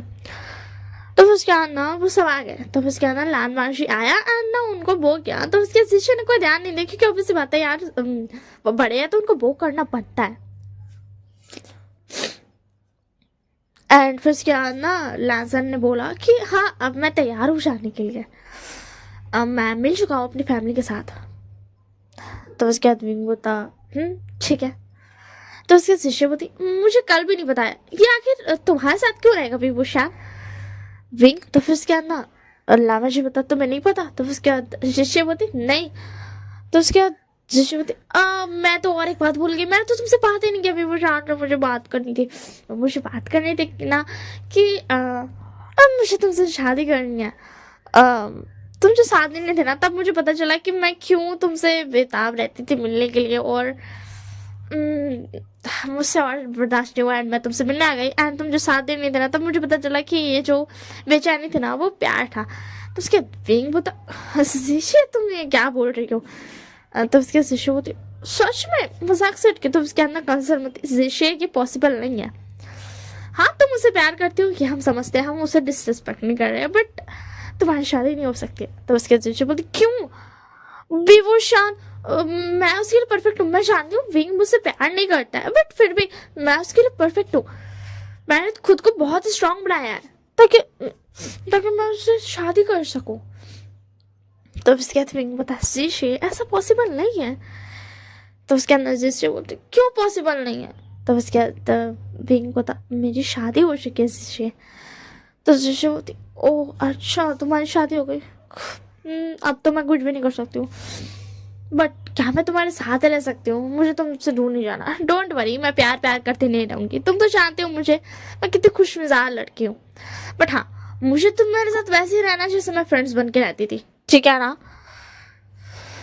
तो उसके बाद ना विंग बता हाँ ठीक है तुम वैसे ही खुश मिजाज मेरी फ्रेंड बनकर रह सकती हो। एंड फिर उसके बाद ना जिश बोलती है वैसे तुम्हारी ओमेगा कौन है। मुझे उससे मिलना तो है ना, मैंने नहीं देखा। तो उसके बाद मुझे पता मैं हूँ। तो उसके बाद जिश बोलती क्या तुम विंग तुमने इससे शादी की। तो उसके बाद विंग बता जिश। तो उसके जिश बोलती सच में तुमने इससे शादी की, कितना कूल है। हाँ इससे अच्छा तो तुम मुझसे शादी कर लेते। तो उसके बाद विंग बताएगी मेरा सोलमेट है। तो उसके बाद जिश बोलती ओ अच्छा क्या तुमने इसलिए शादी की। तो उसके बाद विंग बता नहीं वो तो शादी हो गई तो हो गई, सोलमेट भी था तो बस शादी कर लिया। तो उसके बाद लान वांशी बता बस शादी कर लिया तुमने। तो बस उसके बाद विंग बता हाँ बस शादी कर लिया। क्या तुमने कोई वजह से शादी की थी। तुमने भी तो मुझसे इसलिए शादी की थी क्योंकि हम दोनों सोलमेट हैं, हमें उस क्या बोलते स्पिरिट ऑफ हीलिंग माउंटेन को हराना था। एंड लान वांशी को आज पता चला कि उसने कुछ तो गलत किया है, बस वो ये नहीं समझ पाया कि उसने क्या गलत किया। और उसके पास कोई शब्द नहीं थे क्योंकि हाँ उसने भी तो इसीलिए शादी की थी ना। उसने भी तो नहीं सोचा था ना कि विभूषण क्या सोचता है, उसने भी तो इसी वजह से शादी कर ली थी। अनलान माजी हाँ बोल देता है। अनलान शान देख सकते थे कि उसके भाई को थोड़ा सा हर्ट हुआ है, बट वो कुछ नहीं कर सकते थे क्योंकि वो चाहते थे कि उसका भाई समझे। और ऐसे ही ना कुछ दिन बीतते गए। विभूषण ना लैंड क्लैन में ही रहता था क्योंकि जिशे ने बोला था, एंड वो ना बाहर जाया करते थे घूमने के लिए। ऐसे ही करते करते ना 6 दिन बीत गए। 6 दिनों से लान वांगजी से बात तक नहीं की है विभूषण ने, वो उससे दूर ही रहता है। जिशे साथ उसके रहे या नहीं रहे, फिर भी विभूषण ना लान वांगजी से दूर रहता था। और आज था 7वां दिन। आज ना लान माजी ना बैठा हुआ था शाम के वक्त ना, वो बैठा हुआ था एंड उसी में ना एक तितली उसके पास उड़ते हुए आती है काली कलर के। लान माजी शौक था कि क्लाउड रिसेस पे कोई तितली कैसे आई, यहाँ तो तितलियां भी नहीं आ सकती है, और ये ब्लैक कलर की तितली। वाइट कलर में तो वो समझता भी कि कोई लैंड ने, मतलब जो बड़ा जो भी इस क्या बोलते इसमें माहिर है वो ही यूज कर सकता है, वही वाइट तितली भेज सकता है कोई संदेश के लिए। बट ये ब्लैक तितली, एंड ना ये ब्लैक तितली आए ना तो लेजर ने टच किया कि हो सकता है कुछ हो, तो वो देखने के लिए ना उसने टच किया। तो जैसे उसने टच किया तो उसके सामने कुछ दिखने लगा, कुछ चीजें, और उसको वो सारे पल दिखे जब जब उसने विभूषण को हर्ट किया था। विभूषण जो दिल में बोलता था ना वो भी उसे पता चल रहा था। उसे पता चल रहा था कि जब पहले बार वो सब बैठ करके इस बारे में बात किया था शादी के बारे में, तब भी विभूषण को हर्ट हुआ था। और उसके बाद दूसरी बार में भी हर्ट हुआ था, बट उसने ना दूसरी बार जब उनके जाने का वक्त हुआ था ना तब भी उसे हर्ट हुआ था, है ना, तब भी उसे हर्ट हुआ था। बट उसके बाद जब लैजा देखते गया ना, लैजा को भी हर्ट होने लगा क्योंकि उसने देखा कि जब वो दरवाजे के पास थे तो लैजा की बातों से विभूषण को फिर से हर्ट हुआ था।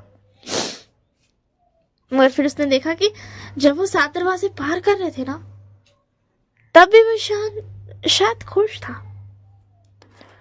और जब वो इस स्पिरिट के पास पहुंचे ना, एंड उसके मारने के बाद जो बातें लेजर ने बोली वो किस तरीके से विभूषण को हर्ट करते जा रही थी ना, वो चीजें लेजर को भी बहुत हर्ट कर रही थी। उसे फील हो रहा था वो दर्द अपने दिल में भी, जो दर्द उस वक्त विभूषण को हुआ था। एंड उसके बाद एक और दृश्य आता है जिसमें वही स्पिरिट ऑफ फीलिंग माउंटेन थी एंड कह रही थी, पता है क्या, मैं मर गई बट मुझे खुशी हुई कि मैंने तुम दोनों की जिंदगी को बर्बाद होते हुए तो देख पाई। एंड लैजा ये सुनकर बोलता, तुम अभी भी जिंदा हो। तो उसके बाद ना वो बोलती है, ये सिर्फ एक मेरी छोटी सी पावर है, ये खत्म हो जाएगी तुमसे बातें करने के बाद। पता है क्या, मुझे नहीं लगा था कि कभी मुझे किसी के लिए बुरा लग भी सकता है, बट मुझे विभूषण के लिए बुरा लग रहा है कि उसे इतना ज्यादा हार्टलेस सोलमेट मिला जो उसे हर बात पे सिर्फ हर्ट करता गया, उसके दिल को धीरे धीरे तोड़ता गया। लाल मुझे बोलता, मैंने ऐसा कुछ नहीं किया। तो उसके बाद स्पिरिट बोलती है, क्या फायदा आप मुकर कर, कोई फायदा नहीं है, जो सच है वो तुम्हारे सामने है। तुम इसे झुटला तो सकते हो, सॉरी तुम इसे इग्नोर कर सकते हो, तुम इसे नहीं मानोगे चलेगा, बट यही सच है लाल मावशी। और फिर इसके बाद वो कुछ दृश्य दिखाती है जब विभूषण पहले खुश हुआ करता था, एंड अब का दिखाती है जब विभूषण बहुत अलग हो चुका है, एंड बोलती, क्या अब तुम्हें समझ आया कि तुमने क्या किया है लान पांची।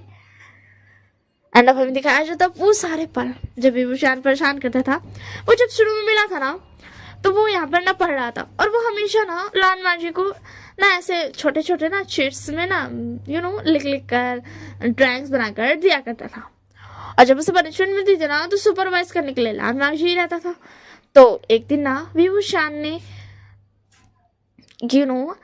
वो अपनी सारी चीज़ों को ना साइड करके ना सीधा लैजन के सामने आ गया था, और लैजन ना अपने ध्यान दे रहा था लिखने में। तो जैसे ही वो सामने आया ना, तो जैसे ही विंग ने बोला ना लैजा, तो लैजा सर उठाया तो उसने देखा कि विभूषण कितना सामने है उसके। एंड फिर उसके बाद ना लैजन फ्रीज हो गया, एकदम फ्रीज। और उसके बाद में विंग ने बोला क्या कर रही हो तुम? एंड फिर ना लैजा ने बोला हटो सामने से। एंड उसकी जो हकलाती भी आवाज़ थी ना, वो सुनकर विभूषण बहुत हंसने लगा। एंड बोला मैंने तुम्हें देखो, तुम हकला दिए, तुम तो कभी नहीं हकलाते, तुम तो इतना ज़्यादा कोटली बोलते थे और तुम भी हकला गए। हाँ तुम होते घूमे गई। एंड ये बोलकर कि ना कुछ और चीज़ें दिखाई गई। एक दिन जब वो लोग सैनी टाउन में गए थे ना, तब विभूषण ने ना जब वो सामान ले रहा था ना क्या बोलते हैं विभूषण, तो उसके बाद ना विभूषण एक हेयर पिन ले रहा था, ठीक है ना, वो थोड़ा अलग सा हेयर पिन था, वो ले रहा था। तो उसके बाद ना क्या बोलते उस बगल में लाल माजी भी था। तो उसके बाद ना वो जो दुकानदार था वो बताया कि आप इस हेयर पिन को किसके लिए ले रहे हो? एक बॉय मतलब बॉय मेगा की टाइप का हेयर पिन था। तो उसके बाद ना विभूषण ने ना लाल माजी को उसके वेस्ट से पकड़ कर ना अपनी तरफ किया था एंड बोला था इसके लिए। और लाल माजी उस वक्त ना इधर उधर देख रहा था कि क्या है, वो बाहर का देख रहा था। एंड वो बिल्कुल शॉक्ड था, वो फ्रीज हो गया था, उसको समझ नहीं आ रहा था वो क्या करे। एंड विभूषण बोलता है ये है ओमेगा। तो उसके बाद ना लाल माजी बोलता छोड़ो मुझे, जब वो होश में आता है तब वो छोड़ो मुझे करता है। तो उसके बाद विंग बोला तुम एक ओमेगा ही हो, हाँ चाहे कुछ भी हो जाए तुम तो हो ही एक ओमेगा। एक अल्फा अगर तुम्हें एक अपने बेस से पकड़ेगा तो तुम तो फ्रीज हो गए, तुम भी फ्रीज हो गए। तो मुझे बहुत अच्छी आई जी, तुम कितने ज्यादा स्ट्रांग हो, बट तुम एक ओमेगा हो। तुम एक ओमेगा हो और मैं तुम्हें बहुत परेशान करूँगी क्योंकि मैं एक अल्फा हूँ। और उसके बाद ना लैंसन बोला और मैं कभी भी परेशान नहीं होगा हमेशा की तरह क्योंकि मैं एक लैन हूँ। एक बता कब तक नहीं होगे परेशान, कभी ना कभी तो होगे ना। एंड ऐसे कुछ और वक्त बीतता है। एंड वक्त बीतते बीतते ना ऐसा नाइट हंट पे जो था ना, तो उसके अंदर वो लोग नाइट हंट पे कहते हैं। एंड ना विभूषण ना हमेशा ही लैंसन से फ्लर्ट करते रहता है। बोलता था बोलो मैं हूँ ना शलवा, देखो अगर तुम्हें कोई जरूरत पड़ेगी ना तो मैं तुम्हारे आगे जाऊंगा, मैं तुम्हें बचाऊंगा। ऐसे करके ना वो हमेशा उसको परेशान कर देता था क्योंकि वो टच कर करके बोलता था अपने हाथों से उसको लामाची को हिलाते हिलाते बोलता था। तो उसके अंदर लामाची बोलता तुम मुझे परेशान करना बंद करो, समझ आया ना। तो उसके बाद विंग बोलता क्या तुम परेशान हो गए? तो उसके बाद लाजा बोलता नहीं, बोलने में ऐसा बोल जाता बट मुझे कोई फर्क नहीं पड़ा, मैं क्लैन हूँ तो मैं कभी परेशान नहीं होने वाला हूँ। तो उसके बाद विंग बोला और एक तुम्हें और विंग बताया और तुम एक ओमेगा हो तो मैं तुम्हें हमेशा परेशान करूंगा। आखिरकार तुम ओमेगा जो ठहरे। एंड ऐसे ना उस वक्त ना नाइट हंट पे ना क्या बोलते वो लोग ना उस बीस्ट को मार देते हैं। तो उसके बाद ना उस वक्त ना लाजान बहुत थक गया था। तो उसके बाद ना विंग बोला मैं तुम्हें उठा दूँ, देखो मैं तुम्हें उठा सकता हूँ। ये बोल के ना विंग ना लैजन को ना अपनी गोद में उठा लिया था ब्राइडल साइड में। तो उसके बाद ना लैजन ने ना उसको ऐसा पकड़ लिया था अपने हाथों से अपने उसके गले के अराउंड। तो उसके बाद ना विंग बोल रहा था ओ हाँ तुम देखो मेगा होना तो तुम तो मुझे ऐसे पकड़ोगे। तो उसके बाद लैजन बोलता तुम बस करोगे हाँ। तो उसके बाद विंग बोलता क्या तुम परेशान हो गए? तो उसके बाद लैजन बोलता नहीं मैं बिल्कुल परेशान हुआ। तो उसके बाद विंग बोलता वैसे सही है, एक अल्फा और एक ओमेगा, मतलब एक अल्फा अगर एक ओमेगा को ऐसे ले जाते हुए मतलब ले जाएगा तो ओमेगा को अच्छा फील हो गए ना। तो फिर क्या ऐसा होता तुम। एंड उसके बाद ना ये पल ना बीत जाते हैं। इन पलों को देखते हुए ना लाजा के चेहरे पर स्माइल आ गई थी। एंड उसे में वो स्पिरिट बोल किया तुम स्माइल कर रहे हो? तुम्हें पता है क्या, अब मैं तुम्हें दिखाती हूँ और एक चीज। एंड उसके बाद ना वो 7 दिन दिखाती है जो दिन पार होते गए बीबू शान की हरकतें, बीबू शान के चेहरे पर जो स्माइल हुआ करती थी वो नहीं थी। वो लैज़न को परेशान नहीं करता था। एंड ये देख करके ना लैज़ा का चेहरा सैड हो जाता है। तो उसके बाद वो स्पिरिट बोलती है, पता है क्या, मैं भी शादी थी कि कोई मुझे ना ख़त्म करते, बट कोई आया ही नहीं। तुम्हें पता है मेरी स्टोरी क्या थी? तो उसके बाद लैज़ा बता, क्या तुम्हारी भी कोई स्टोरी थी? तुम तो बुरी हो ना। तो उसके बाद स्पिरिट बोलती है, और तुम तो क्लैन हो ना, तो फिर तुम मेरी बातें क्यों सुन रहे हो? तो उसके बाद लैज़ा बता, पता नहीं, बस सुनने का मन कर रहा है तो सुन रहा हूँ। तो उसके बाद स्पिरिट बोलती है, पता है मेरी भी एक स्टोरी थी, मेरा भी एक प्यार था, बट उसने ताकतों की वजह से ना मुझे उस हीलिंग पर्वत पर ना मार के छोड़ दिया। उसने मुझे वहां पर मार दिया चांद से, और उसको वहां से जो पावर्स मिली ना वो उसे लेकर चला गया। एंड मेरे अंदर जो नफरत थी ना, जिससे मैं अपने दिल से प्यार करती थी, जिसे मैं इतना अपना मानती थी, पता है वो मेरा सोलमेट ही था। तो उसके बाद बता, क्या वो तो सदियों पहले खत्म हो गया ना सोलमेट वाला चीज। तो उसके बाद स्पिरिट ऑफ हीलिंग माउंटेन बोलती है कि हाँ, अब तुम अंदाजा लगा सकते हो कि मैं सालों पहले से कितना तड़प रही हूँ। वो भी मेरा सोलमेट ही था। अब मैं मेरा खुश थे। हमेशा सुनने में आता था ना कि सोलमेट्स बहुत ज्यादा ना एक दूसरे से प्यार करते, बट मेरे सोलमेट तो ने तो ऐसा कुछ नहीं किया ना। उसने तो मुझे बले की तरह चढ़ा दिया माउंटेन पे। पता है क्या, उसे क्या लगता था कि मैं ना उसकी सोलमेट नहीं हूँ। वो धोखाधड़ी करता था सबसे, सबको ऐसा दिखाता था कि वो उसका सोलमेट है, बट शायद उसने भी बहुत बड़ी गलती कर दी थी। तो उसके बाद माशी बता क्या गलती? तो उसके बाद स्पिरिट ऑफ हीलिंग माउंटेन बोलती है, क्योंकि उसने इस बार अपनी असली सोलमेट को चांद से मार दिया था। तो उसके बाद बता, मतलब क्या है तुम्हारा? तो उसके बाद ना स्पिरिट ऑफ माउंटेन बोलती है, वो हमेशा ना दिखावा करता था कि वो किसी का सोलमेट है, एंड वो ऐसे ही ना सारे में गैस को, चाहे वो लड़की हो चाहे वो लड़का हो, उस हीलिंग पर्वत पर मार देता था। एंड उसे फिर से पावर मिल जाती थी कि वो किसी का सोलमेट है दिखा सके। बट जब वो मुझसे मिला है ना, मैं उसकी असली सोलमेट थी, ये मुझे तब पता चला जब वो फिर मेरे पास वापस आया उस हीलिंग माउंटेन पर। तो उसके बाद लामा जी बता, मतलब वो तुमसे प्यार करता था इसलिए वो आया ना? तब उसके बाद स्पिरिट ऑफ हीलिंग माउंटेन बोलती, नहीं, वो मरा, वो वापस आया। कुछ लोग उस हीलिंग पर्वत पर उसे फेंक गए। पता है जब मैंने उसे देखा ना, मुझे बहुत रोना आया, क्योंकि मैंने उसकी यादें देखी कि उसे कुछ वक्त पहले पता चला कि उसने अपने असली सोलमेट को ही मार दिया पावर्स के लिए। एंड फिर मैंने देखा वो कितना तड़पता गया। जो मेरे दिल में नफरत थी ना, वो कहीं गायब हो गई थी। वो नफरत जो मेरे दिल में थी ना, वो गायब हो गई थी, और मेरे आंखों में सिर्फ आंसू थे, सिर्फ आंसू। क्योंकि मैं देख सकती थी मेरा सोलमेट कैसे रो रहा है। एंड अब मैं कुछ नहीं कर सकती क्योंकि वो मर चुका था, और मुझे मारने के लिए सिर्फ दो सोलमेट से आ सकते जो एक दूसरे से ना दिल से प्यार करते होंगे। बट पता है क्या, मैं इतनी अनलकी हूं ना कि उसके बाद सोलमेट्स होना ही बंद हो गए। एंड किसी को पता भी नहीं था कि मैं वहां पर हूं। और उसके बाद ना धीरे धीरे वो जो मेरी नफरत थी और मेरे आंसू, जो मैंने अपने सोलमेट के लाश को देखा था, वो सारे मिलकर ना मैं वहां की क्वीन बन गई। मैं स्पिरिट ऑफ हीलिंग माउंटेन बन गई। मैं इतनी खतरनाक बन गई, इतनी पावरफुल बन गई। शुक्रिया मुझे आजाद करने के लिए लामाशी। पता है क्या, मुझे तुम्हें इसलिए नहीं दिखाना था कि मैं तुम्हें दिखा सकूं कि तुम कितने गलत हो। मुझे तुम्हें इसलिए दिखाना था कि शायद तुम वो गलती ना करो जो हमसे हुई। शायद तुम कोई भी गलती ना करो जिससे तुम्हारा सोलमेट तुमसे दूर चले जाए। मैंने ये सोचकर अपने इस जादू को इसमें ढाला था ना कि मैं तुम्हें वो सारे पल दिखाऊंगी और मैं तुम्हें टॉन्ट मारूंगी कि तुम कैसे हो। बस शायद मैं ऐसा नहीं कर पाई। देखो मैं खुद रो रही हूँ। लामा जी बोला तो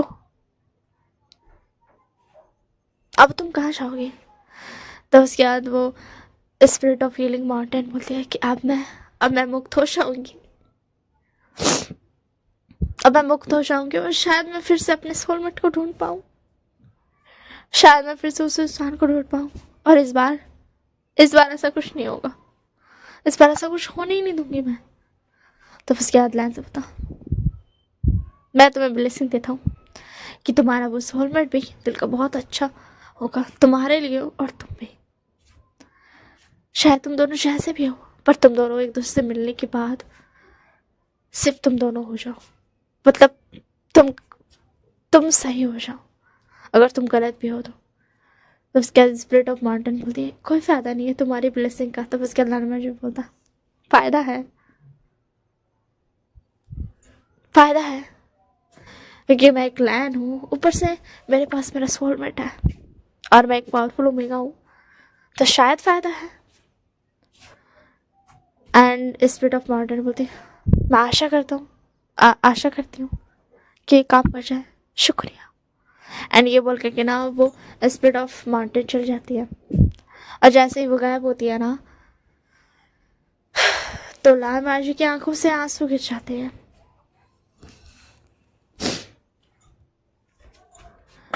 और राजान की आंखों से आंसू गिर जाते हैं। एंड उसी में उस वक्त लांशजान जा रहे थे एंड वो देखते हैं कि उनका छोटा भाई रो रहा है। एंड वो आते हैं एंड वो थे वाजी तुम रो क्यों रहे हो? एंड लांशजान को देखने के बाद तो शायद लामा जी को परमिशन से मिल गई थी रोने की, क्योंकि उसके बाद वो और जोर जोर से रोने लगता है, अपने गवाह को गले लगा देता है, बताने लगता है कि उसने क्या क्या किया, उसने कितना गलत किया, क्या हो गया उससे। तो उसके लांशजान बोलते भाषी अभी भी मौका है, तुम शायद इन सब चीज़ों को सुधार पाओ, संभाल पाओ, प्लीज। तो उसके बाद वाजी बता क्या कहा, मैं भी ऐसा कर सकता हूँ। तो उसके बाद लाशा बोलते हाँ शायद तुम कर पाओ, वाजी रो मत। एंड उसके बाद वो दोनों थोड़ी देर बात करते एंड ऐसी रात हो जाती। और आज भी वो शान जाने वाला था अपने उस पार झरने के उस पार जहाँ पर उसका विभूषण का रहने का जगह है, वहाँ पर जाने वाला था। एंड आज डिसाइड हो गया था। तो उसके अंदर विभूषण आता है, बट आज उसके साथ ना जीशे नहीं थी। तो उसके बाद ना कंसर्न पूछते कि जीशे, तो उसके बाद विंग बोलता वो चली गई, उसे सोचा कि वो चली जाए, वो फिर से ट्रैवल करने चली गई। तो फिर उसके बाद ना बेचान से बोलते हैं हाँ हम विश करते हैं कि वो ठीक रहे। एंड उसके बाद ना विंग बोलता हाँ मैंने उससे बोला कि तुम रुक जाओ, तुम क्यों जा रही हो, बट उसने बोला कि उसे जाना है इससे पहले कि वो कुछ गलत कर दे। तो उसके बाद कंसर्न बोलती क्या गलत। तो उसके बाद विंग बोलता वो कह रही थी ना कि कहीं वो मतलब होता नहीं है थोड़ी सेल्फिश बन जाए या बुरी बन जाए कहो तो, और फिर वो मुझे लामा जी से छीनने की कोशिश करे। तो उसके बाद कंसर्न बोलती वो लड़की भी ना कुछ भी बोलती है। एंड ना लामा जी ने सिर्फ एक ही बात सुनी थी कि छीनने की कोशिश करेगी शिष्य विभूषण को लामा जी से। एंड वो भाग कर आता है, बोलता क्या कहा तुमने, वो शिष्य मुझसे तुम्हें मुझसे छीनेगी, मैं उसका जान ले लूंगा। वो मुझसे कैसे छीनेगी, हाँ कैसे छीनेगी, कहाँ है वो मुझे बताओ, मैं अभी उसको जान ले लूंगा, वो ऐसा कुछ भी नहीं कर सकते। तो उसके बाद लामा जी विभूषण बोलता लामा जी शांत हो जाओ। वो चले गए, वो बस ऐसा बोल रहे थे कि वो ऐसा करना दे, इसके लिए वो चली गई है और तुम ऐसा नहीं कर सकते हो। वो चाहे कुछ भी क्यों ना बोले, तुम ऐसे उसे जान से मारने के लिए कैसे कर सकते हो, वो मेरी फ्रेंड थी। तो उसके बाद लामा जी बोलता हाँ मैं समझ गया, और क्या अब हम घर चल सकते हैं। एंड ये बोल गए कि ना वो सब घर चल जाते हैं। लामा जी भी बाय बाय बोल देता है। शैन का अच्छा आज खुश थे। एंड उसके बाद वो जब घर चल जाते हैं ना, तो फिर उसके बाद वो मतलब घर जाने के बाद लामा जी भी चल जाता रूम में, विभूषण भी आ जाता। एंड उसके बाद लामा मुझे बता, क्या तुम्हें याद है हमारी फर्स्ट टाइम? तो उसके बाद विंग बता, हाँ तुम ये क्यों पूछ रहे हो लामा जी? तो उसके बाद लैंसर बोला, मुझे लैंसर कहो, ठीक है पहली बात। और दूसरी बात, क्या तुम्हें याद है? तो उसके बाद विंग बता, हाँ मुझे याद है। तो उसके बाद लैंसर बता, हाँ बताओ तो क्या तुम्हें क्या याद है? तो उसके बाद विंग बता, तब हमें थोड़ा सा बात ही आ जाती कि भी वो शान आया था थोड़ा सा परेशान करने के लिए लामा जी को। शायद उसका दिल में भी कहीं ना कहीं कुछ और था। तो उसके बाद आया था एंड बता, लानमाशी सॉरी लैंसा, अब तो तुम मेरे ओमेगा बन चुका हो और तुम मेरे हस्बैंड भी हो, तो बताओ मैं कैसे शुरू करूं? तो उसके बाद लैंसा बता, तुम कुछ भी शुरू मत करो, चुपचाप से सो जाओ। तो उसके बाद विंग बता, नो नो नो, मैं तुम्हें ऐसे कैसे छोड़ सकता हूँ? तुम इतने ज़्यादा प्रिटी हो, इतनी ज़्यादा अच्छी हो, तुम्हारी मिल्की वाइट स्किन तो देखो, मैं तुम्हें ऐसे कैसे छोड़ सकता हूँ? जब मुझे इतना ज़्यादा हॉट एंड सेक्सी मेगा मिला है, तो मैं ऐसे कैसे इस चीज़ को अपने हाथों से जाने दे सकता हूँ? एंड उसके बाद ना लैंसा बता, हाँ तुमने ये सब कहा था। तो उसके बाद विंग बता, तुमने मना कर दिया था। उसके बाद बता, मुझे याद है मैंने मना कर दिया था। और उसके बाद ना लैंसा बिना कोई वर्ड के ना अपने वो अपना क्या बोलते हैं, वो ना ऐसा ब्लैंकेट सा ना ओढ़ के था। पहले तो वो अपनी जादू से ना गेट को बंद करता है एंड कुछ तालिस्मान का यूज करता है। उसके अंदर वो अपनी ब्लैंकेट को उठा, उसके अंदर विभीषण बता, ये क्या है? तो उसके लैंसा बता, तुमने कहा था इतने ज़्यादा हॉट एंड सेक्सी मेगा को कौन ही इग्नोर कर सकता है? तो उसके दिन बता, ये सारी चीज़ें करने की कोई जरूरत नहीं है। एंड उसके बाद ना लैंसा बता, क्या तुम सच में इतने हॉट एंड सेक्सी मेगा को इग्नोर करने वाले हो? हाँ मुझे नहीं लगा था कि कोई भी अल्फा ऐसा कुछ करेगा। सही है, मेरा अल्फा अलग है तो वो तो ऐसा कर ही सकता है, कौन ही जानता है। सही कहते हैं लोग, जिसके पास होता है उसको कदर नहीं होती है, और जिसके पास नहीं होता है उसको कदर मतलब उसको पता होती है कि क्या कदर है। तब उसके अंदर विंग बता, तुम ये क्या सब कह रहे हो? चुपचाप से सो जाओ और कपड़े पहन लो। हाँ क्योंकि लैंसा ने ना थोड़ा सिर्फ एक रोप पहना था, एक पतले से रोप पहन रखा था इसी के लिए, ये शानदार था।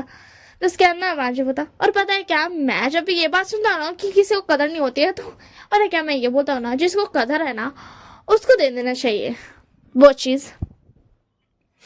तो उसके दिन बता, क्या कहा तुमने? तो उसके बाद लैंसा बता, हाँ मैं तो सही कहा, जिसके पास है उसको कदर नहीं है, तो जिसके पास नहीं है उसे दे दो। तो उसके बाद बता, तो तुम क्या कहना चाहते हो, मैं किसी और को तुम्हें दे दूँ? तब उसके बाद लैंसा बता, क्या तुम ऐसा करोगे? तब उसके बाद बता, ऐसा सोच रहे मत। तब उसके बाद लैंसा बता, और मैं कोई चीज़ नहीं हूँ। उसके दिन बता, तुम क्या करना चाहते हो लाल माशी? तो उसके बाद माशी बता, पहले तो तुम मुझे लैंसा बोलो। एंड उसके बाद लाल माशी सॉरी बोलता है कि मुझे माफ़ कर दो, मुझे कुछ समझ नहीं आया, मैं पागल था, मुझे कुछ भी नहीं पता था। एंड ऐसे वो ना बातें करने लगता है ना, वो सारी चीज़ें के ना माफ़ी मांगने लगता है, सारी चीज़ें बताने लगता है एंड माफ़ी मांगने लगता है। एंड उसके बाद विभीषण बता, सो जाओ। एंड सो जाओ जैसे ही बोलता है ना, वैसे विभीषण की आंखों से ना एक आंसू का बूंद टपकता है, जो कि सीधा लाल जी के हाथों पर जाता है। उसके बाद तुम रो रहे हो? तो उसके बाद बता, तुम्हें कोई ये नहीं होना चाहिए, तुम चुपचाप से सो जाओ। तो उसके बाद ना ऐसा होता, क्या तुम रो रहे हो? क्या सच में मैं तुम्हें इतना हट कर दिया कि तुम मुझे कुछ बताना भी नहीं चाहते हो? अगर तुम रो रहे हो तो तुम मुझे गला भी नहीं लगाना चाहते हो? मुझे माफ़ कर देना विभीषण, अगर मैं तुम्हें इतना हर्ट कर दिया हो तो। एंड ये बोल करके ना लैंसा ना लेट जाता है एंड विंग फील कर सकता था कि लैंसा भी रो रहा है। तो उसके बाद विंग बोलता, क्या हो तुम, क्यों हो तुम? तो उसके बाद लैंसा बोलता, क्या हुआ अब तुम्हें, मैं जिंदा हूँ उससे प्रॉब्लम है? तब उसके बाद विंग बोलता, क्यों रो रहे हैं तुम? तब उसके बाद ना लैंसा बोलता, मुझे रोना आ रहा है तो मैं रो रहा हूँ। तो उसके बाद विंग बोलता, अब कहाँ गया तुम्हारा लैन कि लैन खुद पर कंट्रोल करते हैं? तो उसके बाद विंग लैंसा बोलता, मुझे ये पता चल गया है कि लैंड रूल्स तभी तक फॉलो करो जब तक तुम किसी को हर्ट ना कर लो। अगर तुम्हें लैंड रूल्स तोड़ने पड़े तो तुम तोड़ सकते हो। तो उसके बाद बता, तो क्यों तोड़ रहे हो तुम, अभी क्यों तोड़ रहे हो? तो उसके बाद ऐसा बता, तुम्हारे लिए। तो उसके बाद बता, क्यों लैंसा? तो उसके बाद लैंसा बता, क्योंकि मैं तुमसे प्यार करता हूँ। तो उसके बाद विंग बता, क्यों? क्योंकि तुम मेरे सोलमेट हो? हाँ। तो उसके बाद लैंसा बता, नहीं तो उसके विंग बता तो क्यों, तो उसके लहजा बता क्योंकि मैं तुमसे प्यार करता हूँ, मैंने कहा ना तुम्हें समझ नहीं आता है। तो उसके विंग बता झूठ मत कहो। तो उसके लहजा बता मुझे पता है कि रूल्स तोड़ना चाहिए, बट मैं इतना भी ये नहीं हूँ कि मैं तुमसे झूठ बोलूंगा, चाहे मेरे पास रूल्स हो या ना हो, फिर भी मैं तुमसे झूठ कभी नहीं बोलूंगा। उसके विंग बता तो ये सब क्या है, ये सब सच है, मैं मान लूंगा। तो उसके बाद लहजा बता तुम्हें मानना पड़ेगा क्योंकि मैं तुमसे प्यार करता हूँ।